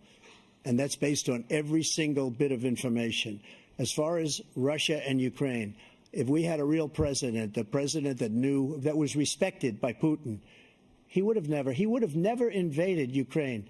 A lot of people are dead right now, much more than people know. You know, they talk about numbers. You can double those numbers, maybe triple those numbers. He did nothing to stop it. In fact, I think he encouraged Russia from going in. I'll tell you what happened. He was so bad with Afghanistan. It was such a horrible embarrassment, most embarrassing moment in the history of our country, that when Putin watched that and he saw the incompetence, that he should have fired those generals, like I fired the one that you mentioned. And so he's got no love lost. But he should have fired those generals. No general got fired for the most embarrassing moment in the history of our country, Afghanistan, where we left billions of dollars of equipment behind. We lost 13 beautiful soldiers, and 38 soldiers were obliterated. And by the way, we left people behind, too. We left American citizens behind. When Putin saw that, he said, you know what? I think we're going to go in and maybe take this was his dream. I talked to him about it, his dream. The difference is he never would have invaded Ukraine, never. Just like Israel would have never been invaded in a million years by Hamas. You know why? Because Iran was broke with me. I wouldn't let anybody do business with them. They ran out of money. They were broke. They had no money for Hamas. They had no money for anything, no money for terror. That's why you had no terror at all during my administration. This place, the whole world is blowing up under him. President Biden? Never heard so much malarkey in my whole life. Look, the fact of the matter is that we're in a situation where, let's take the last point first. Iran attacked American troops cause brain damage for a number of these troops, and he did nothing about it. Recently, not when he was president, they attacked. He said they're just having headaches. That's all it is. He didn't do a thing when the attack took place, number one. Number two, we got over 100,000 Americans and others out of Afghanistan during that airlift. Number three, we found ourselves in a situation where, if you take a look at what Trump did in Ukraine, this guy told Trump, do whatever you want, and do whatever you want. And that's exactly what Trump did to Putin, encourage him, do whatever you want. And he went in. And listen to what he said when he went in. He was going to take Kyiv in 5 days, remember? Because it's part of the old Soviet Union. That's what he wanted to reestablish, Kyiv. And he, in fact, didn't do it at all. He wasn't able to get it done. And they've lost thousands and thousands of troops, 500,000 troops. President Trump, I never come back said to you that. for 1 minute, I just want to go back to my original question, which is, are Putin's terms acceptable to you? Keeping the territory in Ukraine? Acceptable. No, they're not acceptable. But look, this is a war that never should have started. If we had a leader in this war, he led everybody along. He's given $200 billion now or more to Ukraine. He's given $200 billion. That's a lot of money. I don't think there's ever been anything like it. Every time that Zelensky comes to this country, he walks away with $60 billion. He's the greatest salesman ever. And I'm not knocking him. I'm not knocking anything. I'm only saying the money that we're spending on this war, and we shouldn't be spending, it should have never happened. I will have that war settled between Putin and Zelensky as president-elect before I take office on January 20th. I'll have that war settled. People being killed so needlessly, so stupidly, and I will get it settled, and I'll get it settled fast before I take office. President Biden, you have a minute. The fact is that Putin is a war criminal. He's killed thousands and thousands of people. And he has made one thing clear. He wants to reestablish what was part of the Soviet Empire, not just a piece. He wants all of Ukraine. That's what he wants. And then you think he'll stop there? Do you think he'll stop when if he takes Ukraine? What do you think happens to Poland? What do you think of Belarus? What do you think happens to those NATO countries? And so if you want a war, you ought to find out what he's going to do, because if in fact he does what he says and walks away, and by the way, all that money we give Ukraine are from weapons we make here in the United States. We give them the weapons, not the money at this point. And our NATO allies have produced as much funding for Ukraine as we have. That's why we're strong. Thank you. Moving on to the Middle East. In October, Hamas attacked Israel, killing more than 1,000 people and taking hundreds of hostages. Among those held and thought to still be alive are 5 Americans. Israel's response has killed thousands of Palestinians and created a humanitarian crisis in Gaza. President Biden, you've put forward a proposal to resolve this conflict, but so far Hamas has not released the remaining hostages, and Israel is continuing its military offensive in Gaza. So what additional leverage will you use to get Hamas and Israel to end the war? You have 2 minutes. Number one, everyone from the United Nations Security Council straight through to the G7 to the Israelis and Netanyahu himself have endorsed the plan I put forward, which has 3 stages to it.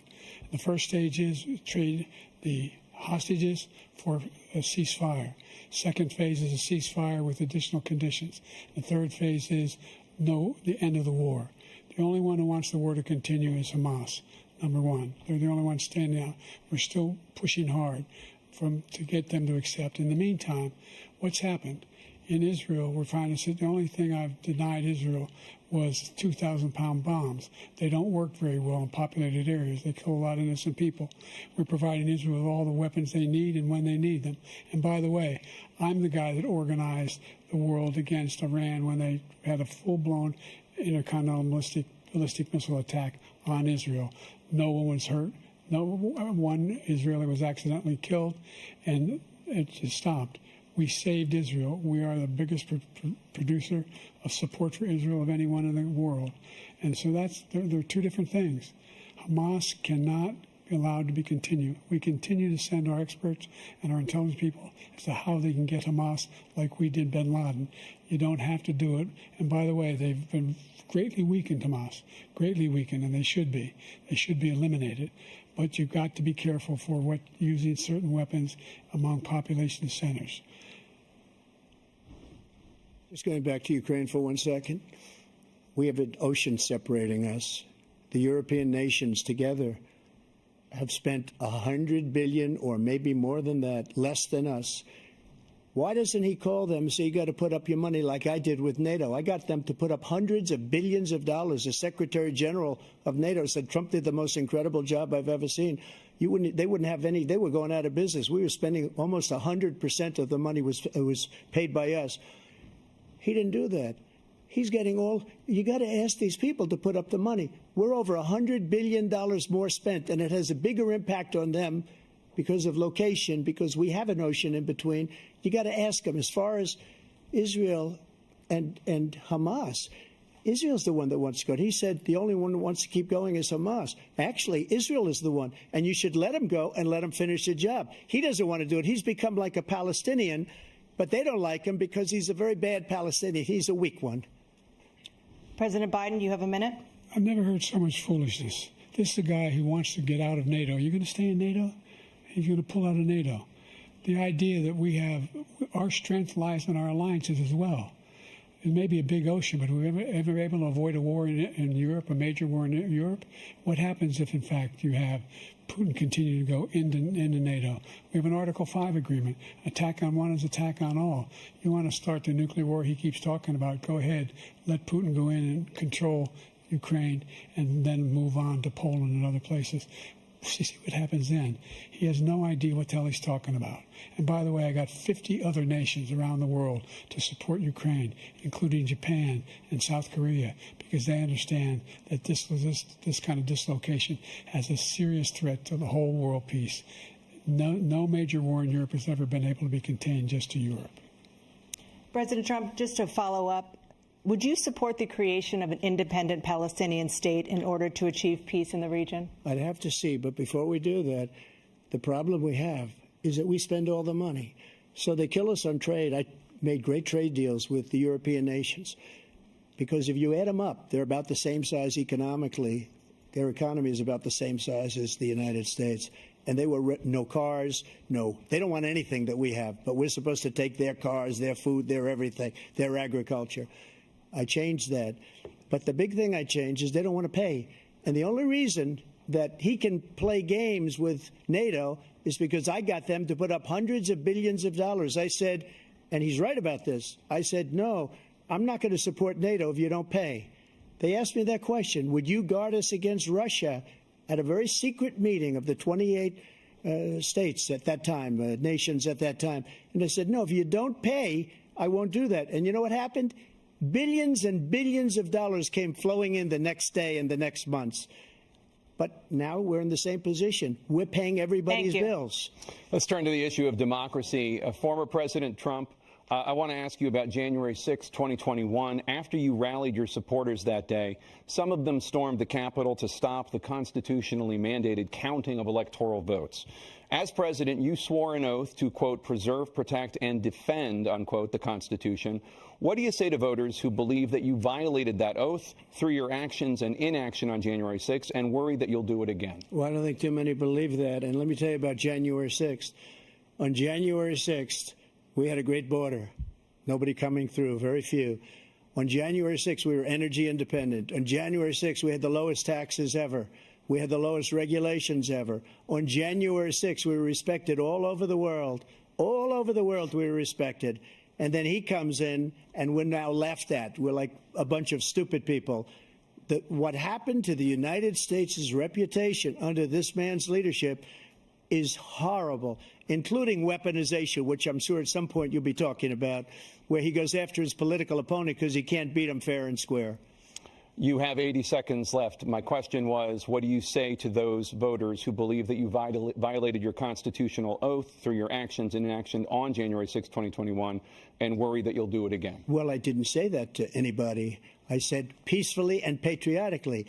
And Nancy Pelosi, if you just watched the news from 2 days ago, on tape to her daughter, who's a documentary filmmaker, they say, but she's saying, oh, no, it's my responsibility. I was responsible for this.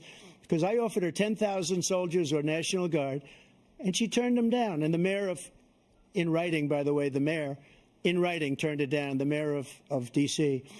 They turned it down. I offered 10,000 because I could see, I had virtually nothing to do. They asked me to go make a speech. I could see what was happening. Everybody was saying they're going to be there on January 6th. They're going to be there. And I said, you know what? There's a lot of people coming. You could feel it. You could feel it, too, and you could feel it. And I said, they ought to have some National Guard or whatever. And I offered it to her. And she now admits that she turned it down. And it was the same day she was, I don't know, she can't be very happy with her daughter because it made her into a liar. She said, I take full responsibility for January 6th. President Biden? Look, he encouraged those folks to go up on Capitol Hill, number one. I sat in the dining room off the Oval Office. He sat there for 3 hours watching, begging, being begged by his vice president and a number of his colleagues on the Republican side as well to do something, to call for a stop, to end it. Instead, they talked about these people being patriots and great patrons of America. In fact, he says he'll not forgive them for what they've done. They've been convicted. He says he wants to commute their sentences and say that no. But he went to every single court in the nation. I don't know how many cases, scores of cases, including the Supreme Court. And they said, no, this guy is responsible for doing what was done. He did do a damn thing. And these people should be in jail. And they should be the ones who are being held accountable. And he wants to let them all out. And now he says if he loses again, such a whiner that he is, that it could be a bloodbath. Thank you, President Biden. President Trump? What they've done to some people that are so innocent, you ought to be ashamed of yourself. What you have done, how you've destroyed the lives of so many people when they ripped down Portland, when they ripped down many other cities. You go to Minnesota, Minneapolis, what they've done there with the fires all over the city. If I didn't bring in the National Guard, that city would have been destroyed. When you look at all of they took over big chunks of Seattle. I was all set to bring in the National Guard. They heard that. They saw them coming, and they left immediately. What he said about this whole subject is so off. Peacefully patriotic. One other thing. The Unselect Committee, which is basically two horrible Republicans that are all gone now, out of office, and Democrats, all Democrats, they destroyed and deleted all of the information they found because they found out we were right. We were right. And they deleted and destroyed all of the information. They should go to jail for that. If a Republican did that, they'd go to jail. Thank you, President Trump. President Biden, I want to give you a minute. The only person on this stage is a convicted felon is the man I'm looking at right now. And the fact of the matter is, what he's telling you is simply not true. The fact is that there was no effort on his part to stop what was going on up in Capitol Hill. And all those people, every one of those who were convicted, deserves to be convicted. The idea that they didn't kill somebody, just went in and broke down doors, broke the windows, occupied offices, turned over desks, turned them over statues. The idea that those people are patriots? Come on. When I asked him the first two debates we had, first time around, I said, will you denounce the Proud Boys? He said, no, I'll tell them to stand by. The idea he's refusing, will you denounce these guys? Will you denounce the people we're talking about now? Will you denounce the people who attacked that Capitol? What are you going to do? I'm going to give you a minute, President Trump, for a follow-up question I have. After a jury convicted you of 34 felonies last month, you said if reelected, you would, quote, have every right to go after, unquote, your political opponents. You just talked about members of the Select Committee on January 6th going to jail. Your main political opponent is standing on stage with you tonight. Can you clarify exactly what it means about you feeling you have every right to go after your political opponents? Well, I said my retribution is going to be success. We're going to make this country successful again, because right now it's a failing nation. my retribution is going to be a success. But when he talks about a convicted felon, his son is a convicted felon at a very high level. His son is convicted, going to be convicted probably numerous other times. Should have been convicted before, but his Justice Department let the statute of limitations lapse on the most important things. But he could be a convicted felon as soon as he gets out of office. Joe could be a convicted felon with all of the things that he's done. He's done horrible things. All of the death caused at the border, telling the Ukrainian people that we're going to want $1 billion or you change the prosecutor. Otherwise, you're not getting $1 billion. If I ever said that, that's quid pro quo. That we're not going to do anything. We're not going to give you $1 billion unless you change your prosecutor, having to do with his son. This man is a criminal. This man, you're lucky. You're lucky. I did nothing wrong. We'd have a system that was rigged and disgusting. I did nothing wrong. Thank you, President Trump. President Biden, you have said, I'm coming right to you, sir. You want to respond? Go ahead. I'll give you a minute to respond. The idea that I did anything wrong relative to what you're talking about is outrageous. It's simply a lie, number one. Number two, the idea that you have a right to seek retribution against any American just because you're president is wrong. It's simply wrong. No president's ever spoken like that before. No president in our history has spoken like that before. Number three, the crimes that you are still charged with, and think of all the civil penalties you have. How many billions of dollars do you owe in civil penalties for molesting a woman in public, for doing a whole range of things, of having sex with a porn star on the night while your wife was pregnant? I mean, what are you talking about? You have the morals of an alley cat. Give you a minute, sir. I didn't have sex with a porn star, number one. Number two, that was a case that was started and moved. They moved a high-ranking official, a DOJ, into the Manhattan DA's office to start that case. That case is going to be appealed and won. We had a very terrible judge, a horrible judge, Democrat. The prosecutor were all high-ranking Democrats, appointed people, and both the civil and the criminal. He basically went after his political opponent because he thought it was going to damage me. But when the public found out about these cases, because they understand it better than he does, he has no idea what these cases are. But when they found out about these cases, you know what they did? My poll numbers went up, way up. You know that because you're reporting it. And we took in more money in the last 2 weeks than we've ever taken in the history of any campaign. I don't think any campaign has ever taken. Hundreds of millions of dollars came pouring in because the public knows it's a scam and it's a guy that's after his political opponent because he can't win fair and square. Thank you, President Trump. President Biden, you have said, quote, Donald Trump and his MAGA Republicans are determined to destroy American democracy. Do you believe that the tens of millions of Americans who are likely to vote for President Trump will be voting against American democracy? The more they know about what he's done, yes. The more they know about what he's done. And there's a lot more coming. He's got a lot of cases down the road coming around. He's got a whole range of issues he has to face. I don't know what the juries will do, but I do know he has a real problem. And so the fact that, could you ever think you heard any president say that I'm going to seek retribution? Do you ever hear any president say that I thought Hitler had some good ideas? What got me involved to run in the first place after my son had died, I decided in Iraq, because of Iraq, I said I wasn't going to run again until I saw what happened in Charlottesville, Virginia. People coming out of the woods carrying swastikas on torches, and singing the same anti-Semitic bile they sang when back in Germany. And the young woman got killed. I spoke to the mother, and they asked him, they said, what do you think of those people? The ones who got killed, the one who tried to stop it, and the ones he said, I think they're fine people on both sides. What American president would ever say, Nazis coming out of fields, carrying torches, singing the same anti-Semitic bile, carrying swastikas, were fine people? This is a guy who says Hitler's done some good things. I'd like to know what they are. The good things Hitler's done, that's what he said. This guy has no sense of American democracy. President Trump. Jake, both of you know that story has been totally wiped out because when you see the sentence, it said 100% exoneration on that. So he just keeps it going. He says he ran because of Charlottesville. He didn't run because of Charlottesville. He ran because it was his last chance.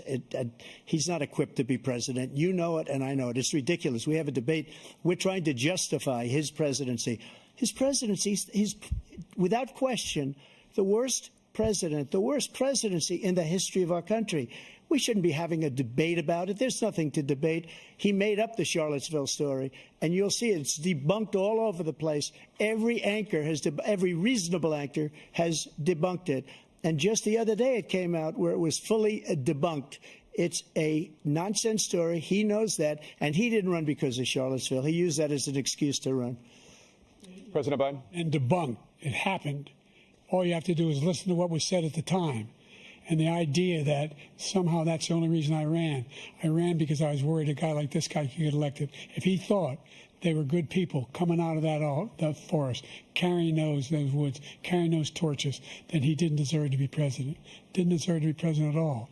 And the idea that he's talking about all this being fabricated, we saw with our own eyes. We saw what happened on January 6th. We saw the people breaking through the windows. We saw people occupying his own vice president. Look, there's a reason why 40 of his 44 top cabinet officers refused to endorse him this time. His vice president hasn't endorsed him this time. So why? Why? They know him well. They serve with him. Why are they not endorsing him? Thank you, President Biden. We're going to be right back with more from the CNN presidential debate.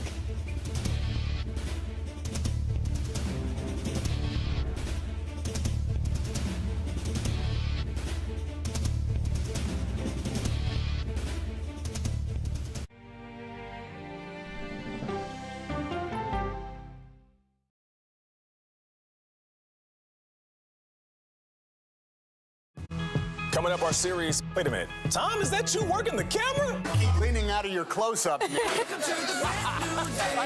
Your morning routine just got better. CBS Mornings, weekdays at 7.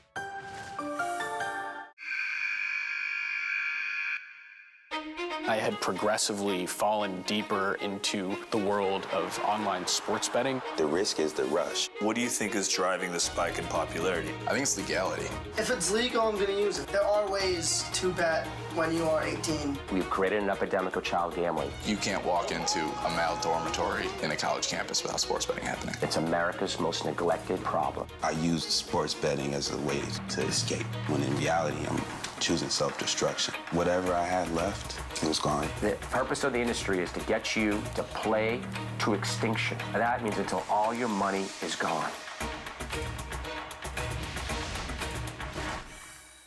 Go to the ends of the earth. Reach for the stars. Yeah, I just took off.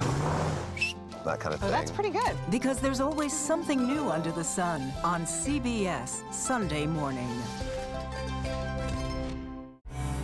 An original documentary from CBS Reports. That Desired Farm, it's a wonderful place to raise children, and it still is. Promises broken. Black Americans have been the target of racism and discrimination pretty much from the time they acquired ownership in the land.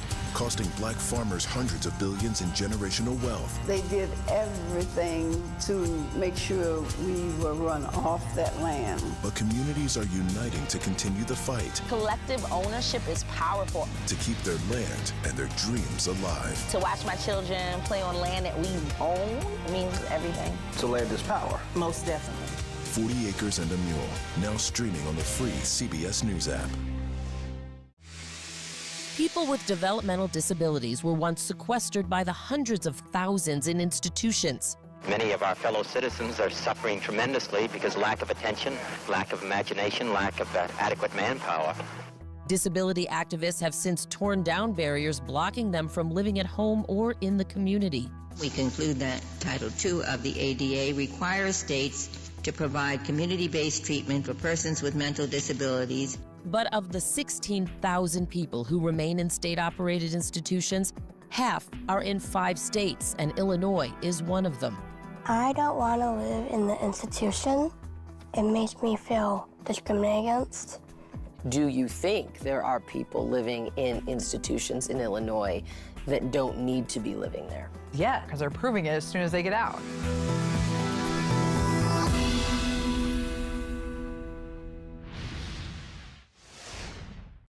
I'm John Dickerson. Join me for the Daily Report, weekdays on CBS News 24/7. A CBS News investigation. People looking for love, finding their life savings gone. This could happen to anybody. And sometimes losing their lives. Anything for love. Now streaming on the free CBS News app. Welcome back to the CNN presidential debate live from Georgia. Let's talk about persistent challenges you both faced in your first terms and you'd certainly face again in a second term. President Biden, while black unemployment dropped to a record low under your presidency, black families still earn far less than white families. Black mothers are still 3 times more likely to die from pregnancy-related causes, and black Americans are imprisoned at 5 times the rate of white Americans. What do you say to black voters who are disappointed that you haven't made more progress? They acknowledge they made a lot of progress, number one. The fact of the matter is there's more small black businesses that have been started than any time in history. Number two, the wages of black unemployment is the lowest level it's been in a long, long time. Number three, we're providing housing for black Americans and dealing with the segregation that exists among these corporations that collude to keep people out of their houses.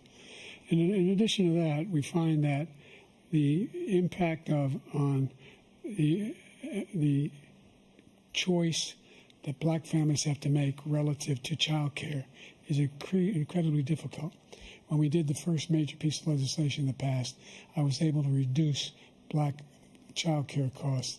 I cut them in half. We got to make sure we provide for child care costs.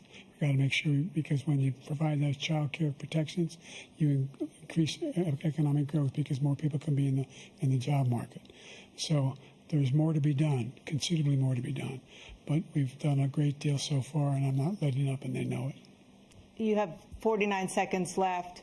What do you say to black voters who are disappointed with the progress so far? I say I don't blame them for being disappointed. Inflation is still hurting them badly.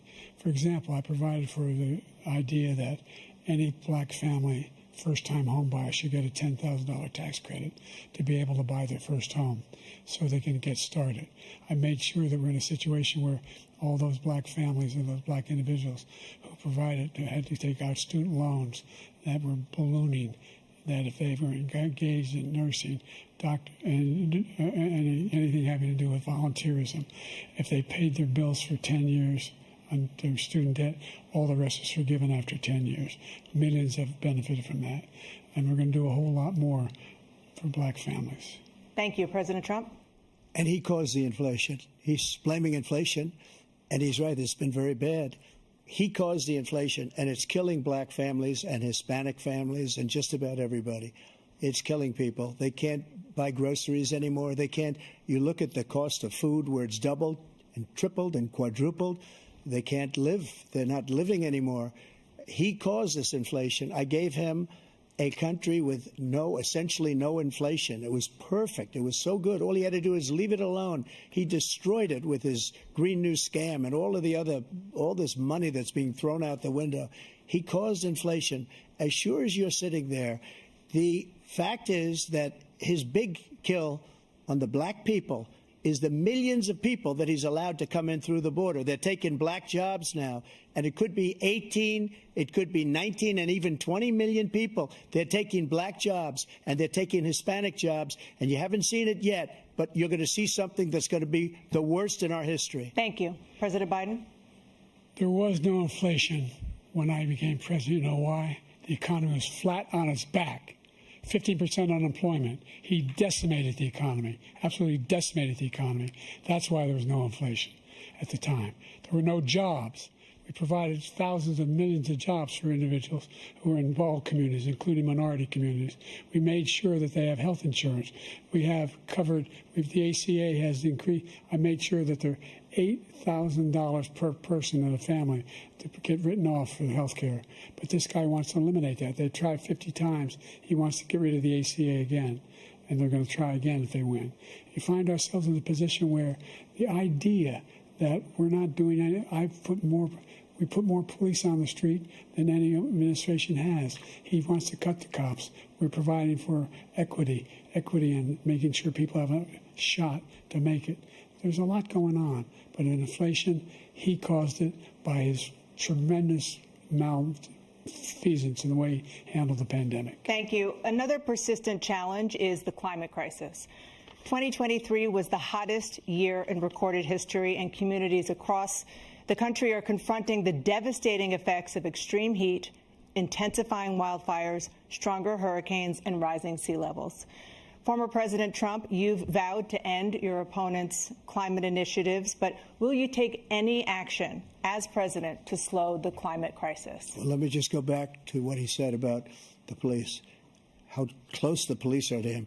Almost every police group in the nation from every state is supporting Donald J. Trump. Almost every police group. And what he's done to the black population is horrible, including the fact that for 10 years he called them super predators. We can't, in the 1990s, we can't forget that. Super predators was his name, and he called it to them for 10, and they've taken great offense at it, and now they see it happening.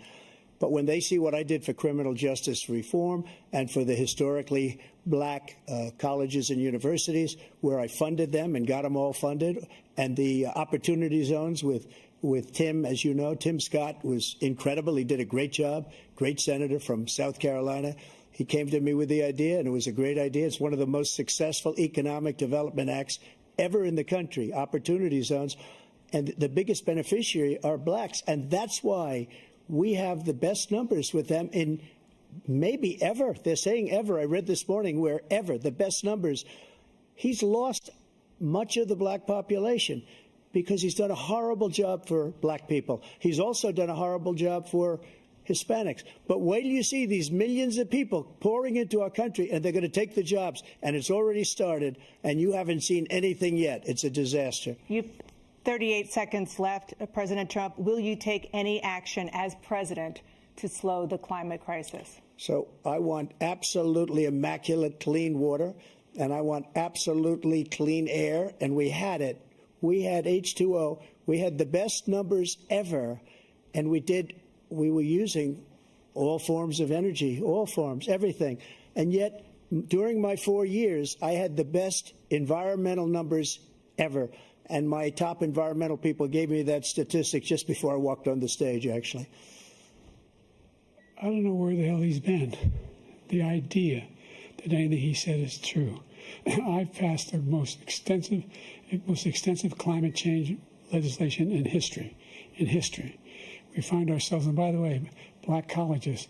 I came up with $15 billion for HBCUs, historic black universities and colleges, because they don't have the kind of contributors that they have to build these laboratories and the like. Any black student is capable in college of doing any white student can do. They just don't have the money, but now they'll be able to get those jobs in high tech. We're in a situation where the idea that he is claiming to have done something that had the cleanest water, he hadn't done a damn thing with the environment. He pulled out of the Paris Peace Accord, Climate Accord. I immediately joined it because if we reach 1.5 degrees Celsius at any one point, there's no way back. The only existential threat to humanity is climate change, and he didn't do a damn thing about it. He must undo all that I've done. The Paris Accord was going to cost us $1 trillion, and China nothing, and Russia nothing, and India nothing. It was a ripoff of the United States. And I ended it because I didn't want to waste that money because they treat us horribly. We were the only ones. It was costing us money. Nobody else was paying into it. And it was a disaster. But everything that he said just now, I'll give you an example. I heard him say before insulin. I'm the one that got the insulin down for the seniors. I took care of the seniors. What he's doing is destroying all of our medical programs because the migrants coming in, they want everybody. And look, I have the biggest heart on the stage. I guarantee you that. And I want to take care of people. But we're destroying our country. They're taking over our schools, our hospitals, and they're going to be taking over Social Security. He is destroying Social Security, Medicare, and Medicaid. The idea is that we, in fact, we were the only ones of consequence who were not members of the Paris Accord. How can we do anything if we're not able to, the United States can't get its under control? One of the largest polluters in the world, number one. We're making significant progress. By 2035, we will have cut pollution in half. We have made significant progress. and we're continuing to make progress. We set up a climate corps for thousands of young people to learn how to deal with climate, just like the Peace Corps. And we're moving in directions that are going to significantly change the elements of cause of pollution. But the idea that he claims that he has the biggest heart up here and he's really concerned about pollution and about climate, I've not seen any indication of that. And by the way, with regard to prescription drugs, one company agreed that they would reduce the price to $35, which I was calling for, one, voluntarily. I made sure every company in the world, every pharmaceutical company, cannot have to pay. Thank you. And by the way, so every day, millions of Americans struggle just to make ends meet. For many older Americans, Social Security provides a critical lifeline. President Biden, if nothing is done to Social Security, seniors will see their benefits cut in just over 10 years. Will you name tonight one specific step that you're willing to take to keep Social Security solvent? Yes, make the very wealthy begin to pay their fair share. Right now, everybody making under $170,000 pays 6% of their income, of their paycheck, every single time they get a paycheck from the time the first one they get when they're 18 years old. The idea that they're going to, I'm proposing that everybody, the millionaires pay 1%. 1%. So no one I would not raise the cost of Social Security for anybody under $400,000. After that, I began to make the wealthy begin to pay their fair share by increasing from 1% beyond to be able to guarantee the program for life. So you still have 82 seconds left. Are there any other measures that you think that would be able to help keep Social Security solvent, or is that one enough? Well, no, that one enough will keep it solvent. But the biggest thing will do if we defeat this man, because he wants to get rid of Social Security. He thinks there's plenty to cut in Social Security. He's wanted to cut Social Security and Medicare both times. And and if you look at the program put forward by the House Republican caucus that I believe supports, is in fact want to cut it as well. The idea that we don't need to protect our seniors is ridiculous. And by the way, the American public has greater health care coverage today than ever before. And on the ACA, as I said, you're in a circumstance where 400,000 people, 40 million people would not have insurance because they have a pre-existing condition. The only thing that allows them to have that insurance is the fact that they, in fact, are part of the ACA. And by the way, the other thing is we're in a situation where we talk about education for black communities. I've raised the amount of money for Pell Grants by another $8,000. So anybody making under $70,000 a year is going to be able to get $15,000 toward their tuition. He just doesn't know what he's talking about. Thank you, President Biden. President Trump. So I've dealt with politicians all my life. I've been on this side of the equation for the last 8 years. I've never seen anybody lie like this guy. He lies. I've never seen it. He can look you in the face. About so many other things, too. And we mentioned the laptop. We mentioned Russia, Ukraine. Everything he does is a lie. It's misinformation and disinformation. The losers and suckers story that he made up is a total lie on the military. It's a disgrace. But Social Security, he's destroying it because millions of people are pouring into our country, and they're putting them onto Social Security. They're putting them onto Medicare, Medicaid. They're putting them in our hospitals. They're taking the place of our citizens. What they're doing to the VA, to our veterans, is unbelievable. Our veterans are living in the street, and these people are living in luxury hotels. He doesn't know what he's doing, and it's really coming back. I've never seen such anger in our country before. President Biden? The idea that veterans are not being taken care of, I told you before. And by the way, when I said suckers and losers, he acknowledged after that he fired that general. That general got fired because he's the one that acknowledged that that's what he said. He was the one standing with Trump when he said it, number one. Number two, the idea that we're going to be in a situation where all these millions and millions, the way he talks about it, illegal aliens are coming into the country and taking away our jobs. There's a reason why we have the fastest growing economy in the world, the reason why we have the most successful economy in the world. We're doing better than any other nation in the world. And by the way, those 15 Nobel laureates he talked about being phony, those 15 Nobel laureates, economists, they all said that if Trump is reelected, we're likely to have a recession and inflation is going to increasingly go up. And by the way, worst president in history, 159 presidential scholars voted him the worst president in the history of the United States of America. President Biden, thank you so much. Let's turn to the cost of child care, which many American families struggle to afford. President Trump, both you and President Biden have tried to address this issue, but the average cost of child care in this country has risen to more than $11,000 a year per child. For many families, the cost of child care for 2 children is more than their rent. In your second term, what would you do to make child care more affordable? Just to go back, the general got fired because he was no good. And if he said that, that's why he made it up. But we have 19 people that said I didn't say it, and they're very highly respected, much more so than him. The other thing is, he doesn't fire people. He never fired people. I've never seen him fire anybody. I did fire a lot. I fired Comey because he was no good. I fired a lot of the top people at the FBI, drained the swamp. They were no good. Not easy to fire people. You'd pay a price for it, but they were no good. I inherited these people. I didn't put him there. I didn't put Comey there. He was no good. I fired him. This guy hasn't fired anybody. He never fires. He should have fired every military man that was involved with that the Afghanistan horror show, the most embarrassing moment in the history of our country. He didn't fire. Did you fire anybody? Did you fire anybody that's on the border that's allowed us to have the worst border in the history of the world? Did anybody get fired for allowing 18 million people, many from prisons, many from mental institutions? Did you fire anybody that allowed our country to be destroyed? Joe, our country is being destroyed as you and I sit up here and waste a lot of time on this debate. This shouldn't be a debate. He is the worst president. He just said about me because I said it. But look, he's the worst president in the history of our country. He's destroyed our country. Now all of a sudden he's trying to get a little tough on the border. He came out with a nothing deal, and it reduced it a little bit, like this much. It's insignificant.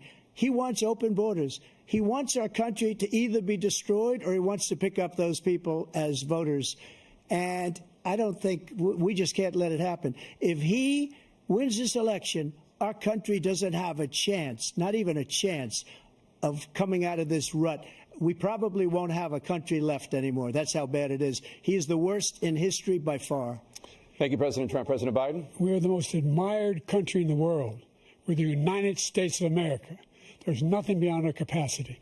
We have the finest military in the history of the world, the finest in the history of the world. No one thinks we're weak. No one wants to screw around with us. Nobody, number one. Number two, the idea that we're talking about worst presidents. I wasn't joking. Look it up or go online.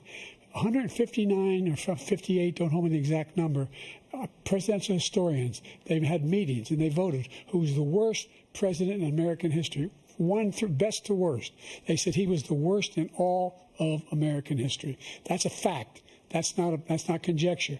He can argue they're wrong, but that's what they voted. The idea that he is doing anything to deal with child care, he did virtually nothing to child care. We should significantly increase the child care tax credit. We should significantly increase the availability of women and men or single parents to be able to go back to work.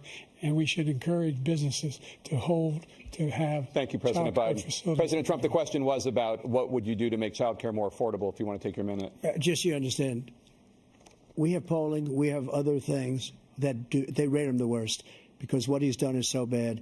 And they rate me, I'll show you, I will show you, and they rate me one of the best, okay? And if I'm given another 4 years, I will be the best. I think I'll be the best. Nobody's ever created an economy like us. Nobody ever cut taxes like us. He's the only one I know. He wants to raise your taxes by 4 times. He wants to raise everybody's taxes by 4 times. He wants the Trump tax cuts to expire. So everybody, including the two of you, are going to pay 4 to 5 times. Nobody ever heard of this before. All my life, I'd grow up and I'd see politicians talking about cutting taxes. When we cut taxes, as I said, we did more business. Apple and all these companies, they were bringing money back into our country. The worst president in history by far, and everybody knows it. President Biden? Look, the fact of the matter is that he's dead wrong about. He's increased the tariff. He will increase the taxes on middle-class people. I said I'd never raise a tax on anybody making less than $400,000. I didn't. But this tariff is 10% tariffs. Everything coming into the country, you know what the economists say? That's going to cost the average American $2,500 a year more, because they're going to have to pay the difference in food and all the things that were important. Number two, he's in a situation where he talks about how he has not raised, he's somehow helped the middle class. The middle class have been devastated by you. Now you want a new tax cut of $5 trillion over the next 10 years, which is going to fundamentally bankrupt the country. You had the largest deficit of any president in American history, number one. Number two, you have not, in fact, made any contact, any progress with China. We are the lowest trade deficit with China since 2010. Thank you, President Biden. Thank you, President Biden. Let's discuss an epidemic impacting millions of Americans that both of you have made a top priority in your first term, the opioid crisis. And for both of you, the number of overdose deaths in this country has gone up. Under your term, it went up. Under your term, it has gone up. Former President Trump, despite the efforts that both of you have made, more than 100,000 Americans are dying from overdoses every year, primarily from fentanyl and other opioids. What will you do to help Americans right now in the throes of addiction who are struggling to get the treatment they need?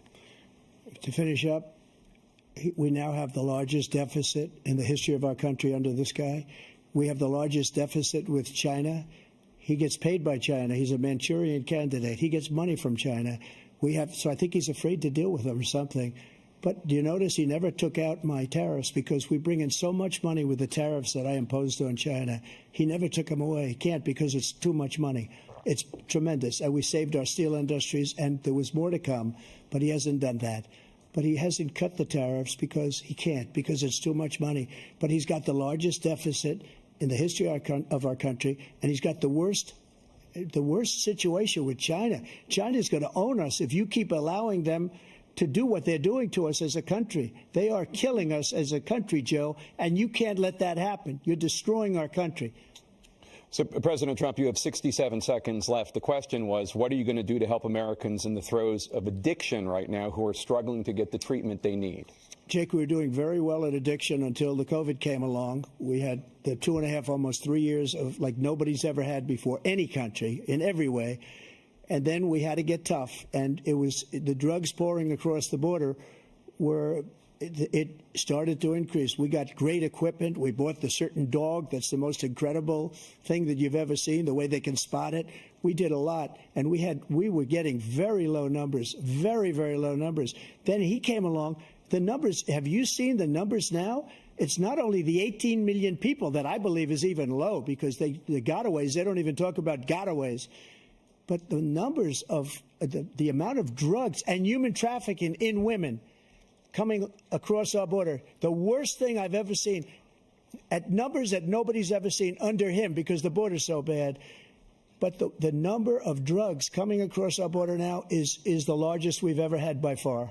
President Trump, thank you. President Biden? Fentanyl and the byproducts of fentanyl went down for a while. And I wanted to make sure we use the machinery that can detect fentanyl, these big machines that roll over everything that comes across the border. And it costs a lot of money. That was part of this deal we put together, this bipartisan deal. More fentanyl machines, more be able to detect drugs, more numbers of agents, more numbers of all the people at the border. And when we had that deal done, he called his Republican colleagues, said, "Don't do it. It's going to hurt me politically." No, he never argued it's not a good bill. It's a really good bill.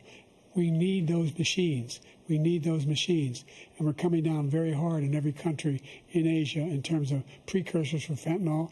And Mexico is working with us to make sure they don't have the technology to be able to put it together. That's what we have to do. We need those machines. Thank you, President Biden. President Trump, and again, the question is about Americans in the throes of addiction right now, struggling to get the treatment they need. Well, because this does pertain to it. He ended Remain in Mexico. He ended catch and release. I made it catch and release in Mexico, not catch and release here. We had so many things that we had done, hard negotiations with Mexico, and I got it all for nothing. It's just like when you have a hostage. We always pay $6 billion for a hostage. Every time we say it's a hostage. Now we have a hostage, a Wall Street Journal reporter, I think a good guy, and he's over there because Putin is laughing at this guy, probably asking for billions of dollars for the reporter. I will have him out very quickly as soon as I take office. Before I take office, I said by literally as soon as I win the election, I will have that reporter out. He should have had him out a long time ago, but Putin's probably asking for billions and billions of dollars because this guy pays it every time. We had 2 cases where we paid $6 billion for 5 people. I got 58 people out, and I paid essentially nothing. Thank you, President Trump. Dana? Let's turn to concerns that voters have about each of you. President Biden, you would be 86 at the end of your second term. How do you address concerns about your capability to handle the toughest job in the world well into your 80s?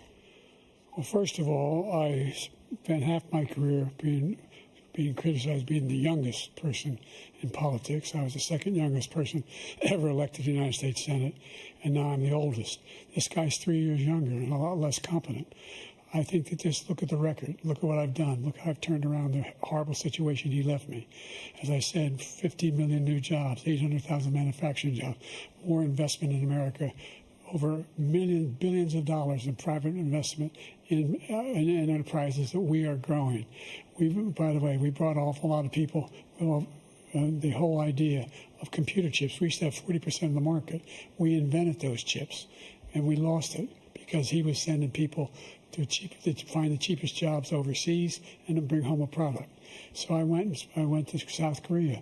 I convinced Samsung to invest billions of dollars here in the United States. And guess what? Those fabs, they call them, to build these chips, those fabs pay over $100,000. You don't need a college degree for them. And there's billions, about $40 billion already being invested and being built right now in the United States, creating significant jobs for Americans from all over the world. President Biden, you have 40 seconds left. Would you like to add anything? Yeah, I would. The idea that somehow we are this failing country. I never heard a president talk like this before. We're the envy of the world. Name me a single major country president who wouldn't trade places with the United States of America for all our problems and all our opportunities. We're the most progressive country in the world in getting things done. We're the strongest country in the world. We're a country in the world who keeps our word, and everybody trusts us, all of our allies, and those who he coddles up to, from Kim Jong-un, he sends love letters to, and Putin, etc. They don't want to screw around with us. Thank you. Former President Trump, to follow up, you would be 82 at the end of your second term. What do you say to voters who have concerns about your capabilities to serve? Well, I took 2 tests, cognitive tests. I aced them, both of them, as you know. We made it public. He took none. I'd like to see him take one, just one, a real easy one. Like go through the first 5 questions. He couldn't do it. But I took 2 cognitive tests. I took physical exams every year.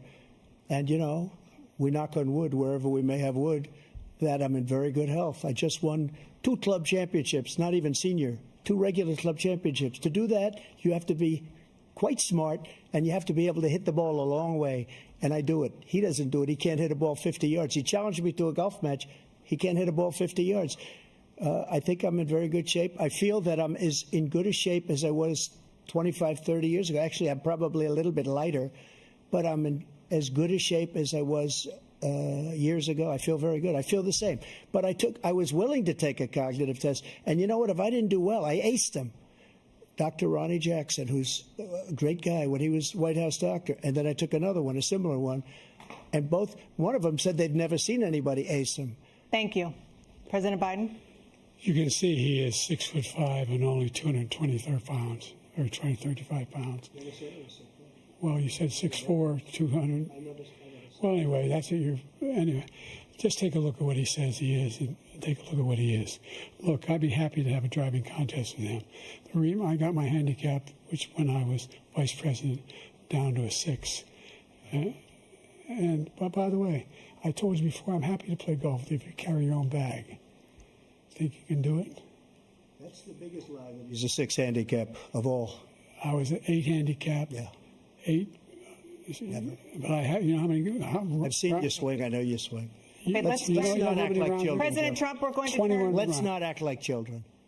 to a specific concern that voters have about you. Will you pledge tonight that once all legal challenges have been exhausted, that you will accept the results of this election, regardless of who wins, and you will say right now that political violence in any form is unacceptable? Well, I shouldn't have to say that, but of course I believe that. It's totally unacceptable. And if you would see my statements that I made on Twitter at the time, and also my statement that I made in the Rose Garden, you would say it's one of the strongest statements you've ever seen. In addition to the speech I made in front of, I believe, the largest crowd I've ever spoken to. And I will tell you, nobody ever talks about that. They talk about a relatively small number of people that went to the Capitol and in many cases were ushered in by the police. And as Nancy Pelosi said, it was her responsibility, not mine. She said that loud and clear. But the answer is, if the election is fair, free, and I want that more than anybody. And I'll tell you something. I wish he was a great president, because I wouldn't be here right now. I'd be at one of my many places enjoying myself. I wouldn't be under indictment because I wouldn't have been his political opponent, because he indicted me because I was his opponent. I wish he was a great president. I would rather have that. I wouldn't be here. I don't mind being here. But the only reason I'm here is he's so bad as a president that I'm going to make America great again. We're going to make America great again. We're a failing nation right now. We're a seriously failing nation. And we're a failing nation because of him. His policies are so bad. His military policies are insane. They're insane. These are wars that will never end with him. He will drive us into World War III, and we're closer to World War III than anybody can imagine. We are very, very close to World War III, and he's driving us there. And Kim Jong-un and President Xi of China, Kim Jong-un of North Korea, all of these, Putin, they don't respect him. They don't fear him. They have nothing going with this gentleman, and he's going to drive us into World War III. You want a World War III, let him follow and win, and let Putin say, do what you want, NATO. Just do what you want. There's a thing called Article 5. An attack on one is an attack on all, and required response. The idea, I can't think of a single major leader in the world who wouldn't trade places with the job I've done and what they've done. Because we are a powerful nation. We have wonderful people. It's because of the people, not me. It's because of the American people. They're capable of anything, and they step up when they're needed. And right now, we're needed. We're needed to protect the world because our own safety is at stake. And again, you want to have a war, just let Putin go ahead and take Kyiv, make sure they move on, see what happens in Poland, Hungary, and other places along that border. Then you have a war. President Trump, as I come back to you for a follow-up, the question was, will you accept the results of this election, regardless of who wins? Just to finish what he said, if I might, Russia, they took a lot of land from Bush. They took a lot of land from Obama and Biden. They took no land, nothing from Trump, nothing. He knew not to do it. He's not going to play games with me. He knew that. I got along with him very well, but he knew not to play games. He took nothing from me. But now he's going to take the whole thing from this man right here. That's a war that should have never started. It would have never started ever with me. And he's going to take Ukraine. And, you know, you asked me a question before, would you do this? He's got us in such a bad position right now with Ukraine and Russia, because Ukraine's not winning that war. He said, I will never settle until such time. They're running out of people. They're running out of soldiers. They've lost so many people. It's so sad. They've lost so many people, and they've lost those gorgeous cities with the golden domes that are 1,000 years old, all because of him and stupid decisions. Russia would have never attacked if I were president. Trump, the question was, will you accept the results of the election, regardless of who wins? Yes or no, please. If it's a fair and legal and good election, absolutely. I would have much rather accepted these. But the fraud and everything else was ridiculous. And if you want, we'll have a news conference on it in a week, or we'll have another one of these in a week. But I will absolutely, there's nothing I'd rather do. It would be much easier for me to do that than I'm running again. I wasn't really going to run until I saw the horrible job he did. He's destroying our country. I would be very happy to be someplace else, in a nice location someplace. And again, no indictments, no political opponent stuff, because it's the only way he thinks he can win. But unfortunately, it's driven up my numbers and driven them up to a very high level because the people understand it.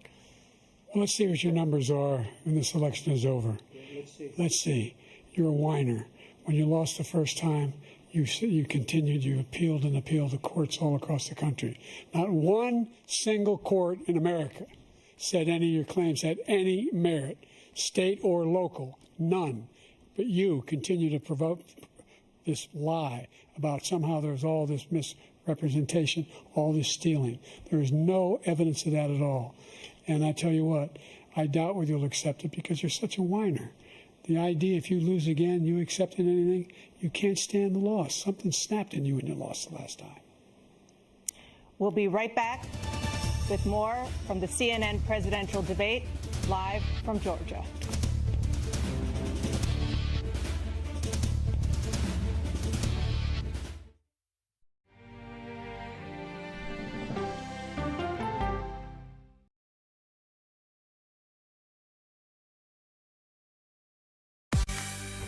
On our places, bright, shiny faces. When you wake up in the morning, we want to be your go-to team. Nate has one of the quickest minds I've ever seen. Tony has a way of making people feel comfortable. Gail has this unbelievable knack to ask the question that you're asking at home. I've been told I could talk to a tree, and that's pretty much true. I don't go to work in the morning. I go for coffee with my two good friends, and we talk about the world. Your morning routine just got better. CBS Mornings, weekdays at 7. It didn't seem like anything could happen, because nothing ever happens in East Palestine, but it did. Authorities released toxic fumes from 5 derailed train cars. Resident, please evacuate. Acute bronchitis due to chemical fumes. Did you ever have these problems before the derailment? No, ma'am. This neighborhood's not safe no more. We can assure the community that there's not vinyl chloride entering their communities. Then why are there so many people feeling these various symptoms of bloody noses or difficulty breathing, bronchitis? That's a hard question to answer. We're talking about one of the most blatant releases of a mixture of some of the most toxic chemicals that we've seen in America. I feel like now I have a duty to warn other communities. If my daughter has to watch me die of cancer, at least it saves someone else.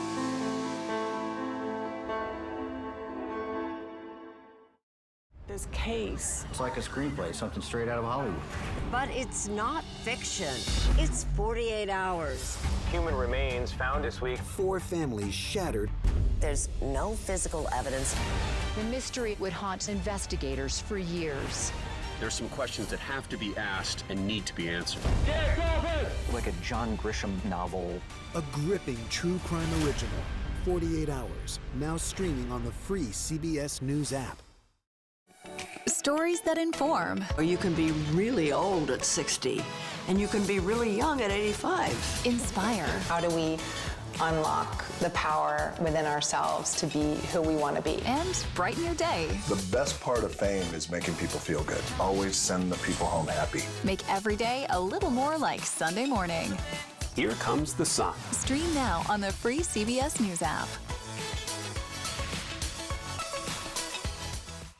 Hello, everyone, and welcome to our Dragon capsule here in space. Sightseers in space, the thrill of a lifetime. Seeing the Earth from space, it was so exhilarating. But the risks that come with the territory. There have been 4 fatal accidents. That's a 1% fatal accident rate. Might make you look before you launch. If you had 1 out of 100 airplanes falling out of the sky, we'd have a public crisis. Space tourism, now streaming on the free CBS News app.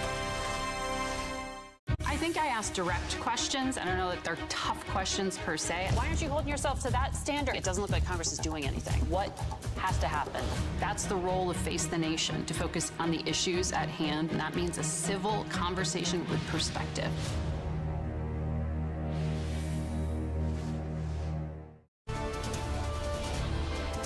It is now time for the candidates to deliver their closing statements as predetermined by a coin toss. We're going to begin with you, President Biden. You have 2 minutes. We've made significant progress from the debacle that was left by President Trump in his last term. We find ourselves in a situation where, number one, we have to make sure that we have a fair tax system. I ask anyone out there in the audience or anyone out watching this debate, do you think the tax system is fair? The fact is that I said nobody even making under $400,000 had a single penny increase in their taxes and will not. And if I'm reelected, that'll be the case again. But this guy has increased your taxes because of the deficit, number one. He's increased inflation because of the debacle he left after the way he handled the pandemic. And he finds himself in a position where he now wants to tax you more by putting a 10% tariff on everything that comes into the United States of America. What I did, when, for example, he wants to get rid of the ability of Medicare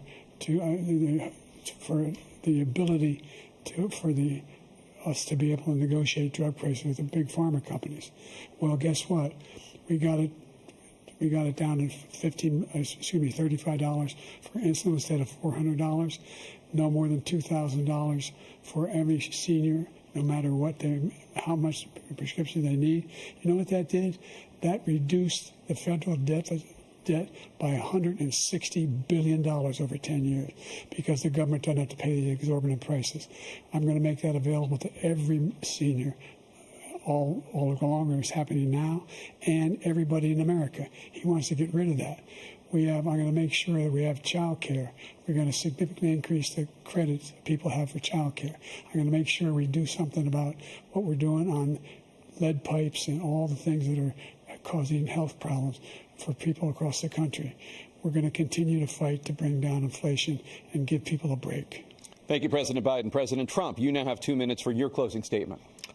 Like so many politicians, this man is just a complainer. He said, we want to do this, we want to do that, we want to get rid of this tax, that tax. But he doesn't do anything. All he does is make our country unsafe by allowing millions and millions of people to pour in. Our military doesn't respect him. We look like fools in Afghanistan. We didn't stop Israel. It was such a horrible thing that would have never happened. It should have never happened. Iran was broke. Anybody that did business with Iran, including China, they couldn't do business with the United States. They all passed. Iran was broke. They had no money for Hamas or Hezbollah, for terror, no money whatsoever. Again, Ukraine should have never happened. He talks about all this stuff, but he didn't do it. For 3.5 years, we're living in hell. We have the Palestinians and we have everybody else rioting all over the place. You talk about Charlottesville. This is 100 times Charlottesville, 1,000 times. The whole country is exploding because of you, because they don't respect you, and they have to respect their president, and they don't respect you throughout the world.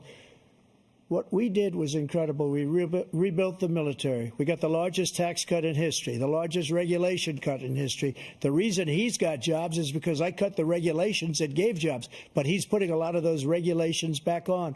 All of the things that we've done, nobody's never seen anything like, even from a medical standpoint, right to try, where we can try space-age materials instead of going to Asia or going to Europe and trying to get when you're terminally ill. Now you can go and you can get something. You sign a document. They've been trying to get it for 42 years. But you know what we did for the military was incredible. Choice for our soldiers, where our soldiers, instead of waiting for 3 months to see a doctor, can go out and get themselves fixed up and readied up and take care of themselves, and they're living. And that's why I had the highest approval rating in the history of the VA. So all of these things, we're in a failing nation, but it's not going to be failing anymore. We're going to make it great again. Thank you, former President Trump, President Biden. Stay with us because we have full analysis of this debate. Anderson Cooper and Aaron Burnett starts now on CNN.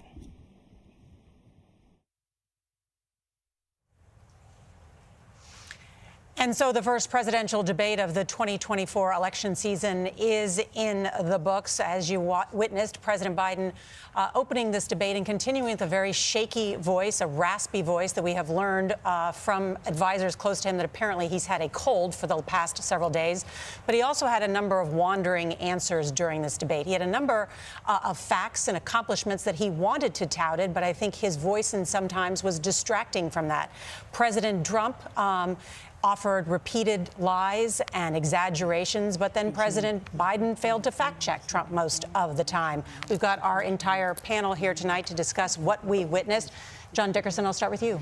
For the majority of Americans who don't want this choice, the debate met those expectations. I think you characterized it correctly. What we heard about President Biden is people who know him said, when he was underestimated in the 2020 campaign, people said, look to his convention speech, and he exceeded expectations. They said, look to his State of the Union addresses when he exceeded expectations. On the debate stage, he came in well under expectations, both as a matter of performance and as arguing for why his vision for the future is better. As you mentioned, Donald Trump gave fantastical, delusional answers on January 6th, on Charlottesville, on what he said about the theft of the last election. And that matters because he's trying to convince people who saw things with their own eyes that what they saw was not so. And part of being president is seeing things clearly. So how the voters will make something of this, I'm not sure. But for President Biden, who had the behavioral challenge tonight, that's the theatrical challenge. Good evening from Hofstra University in Hempstead, New York. I'm Lester Holt, anchor of NBC Nightly News. I want to welcome you to the first presidential debate. The participants tonight are Donald Trump and Hillary Clinton. This debate is sponsored by the Commission on Presidential Debates, a nonpartisan, nonprofit organization. The commission drafted tonight's format, and the rules have been agreed to by the campaigns. The 90-minute debate is divided into 6 segments, each 50 minutes long. We'll explore 3 topic areas tonight: achieving prosperity, America's direction, and securing America. At the start of each segment, I will ask the same lead-off question to both candidates, and they will each have up to 2 minutes to respond. From that point until the end of the segment, we'll have an open discussion. The questions are mine and have not been shared with the commission or the campaigns. The audience here in the room has agreed to remain silent so that we can focus on what the candidates are saying. I will invite you to applaud, however, at this moment as we welcome the candidates. Democratic nominee for President of the United States, Hillary Clinton, and Republican nominee for President of the United States, Donald J. Trump.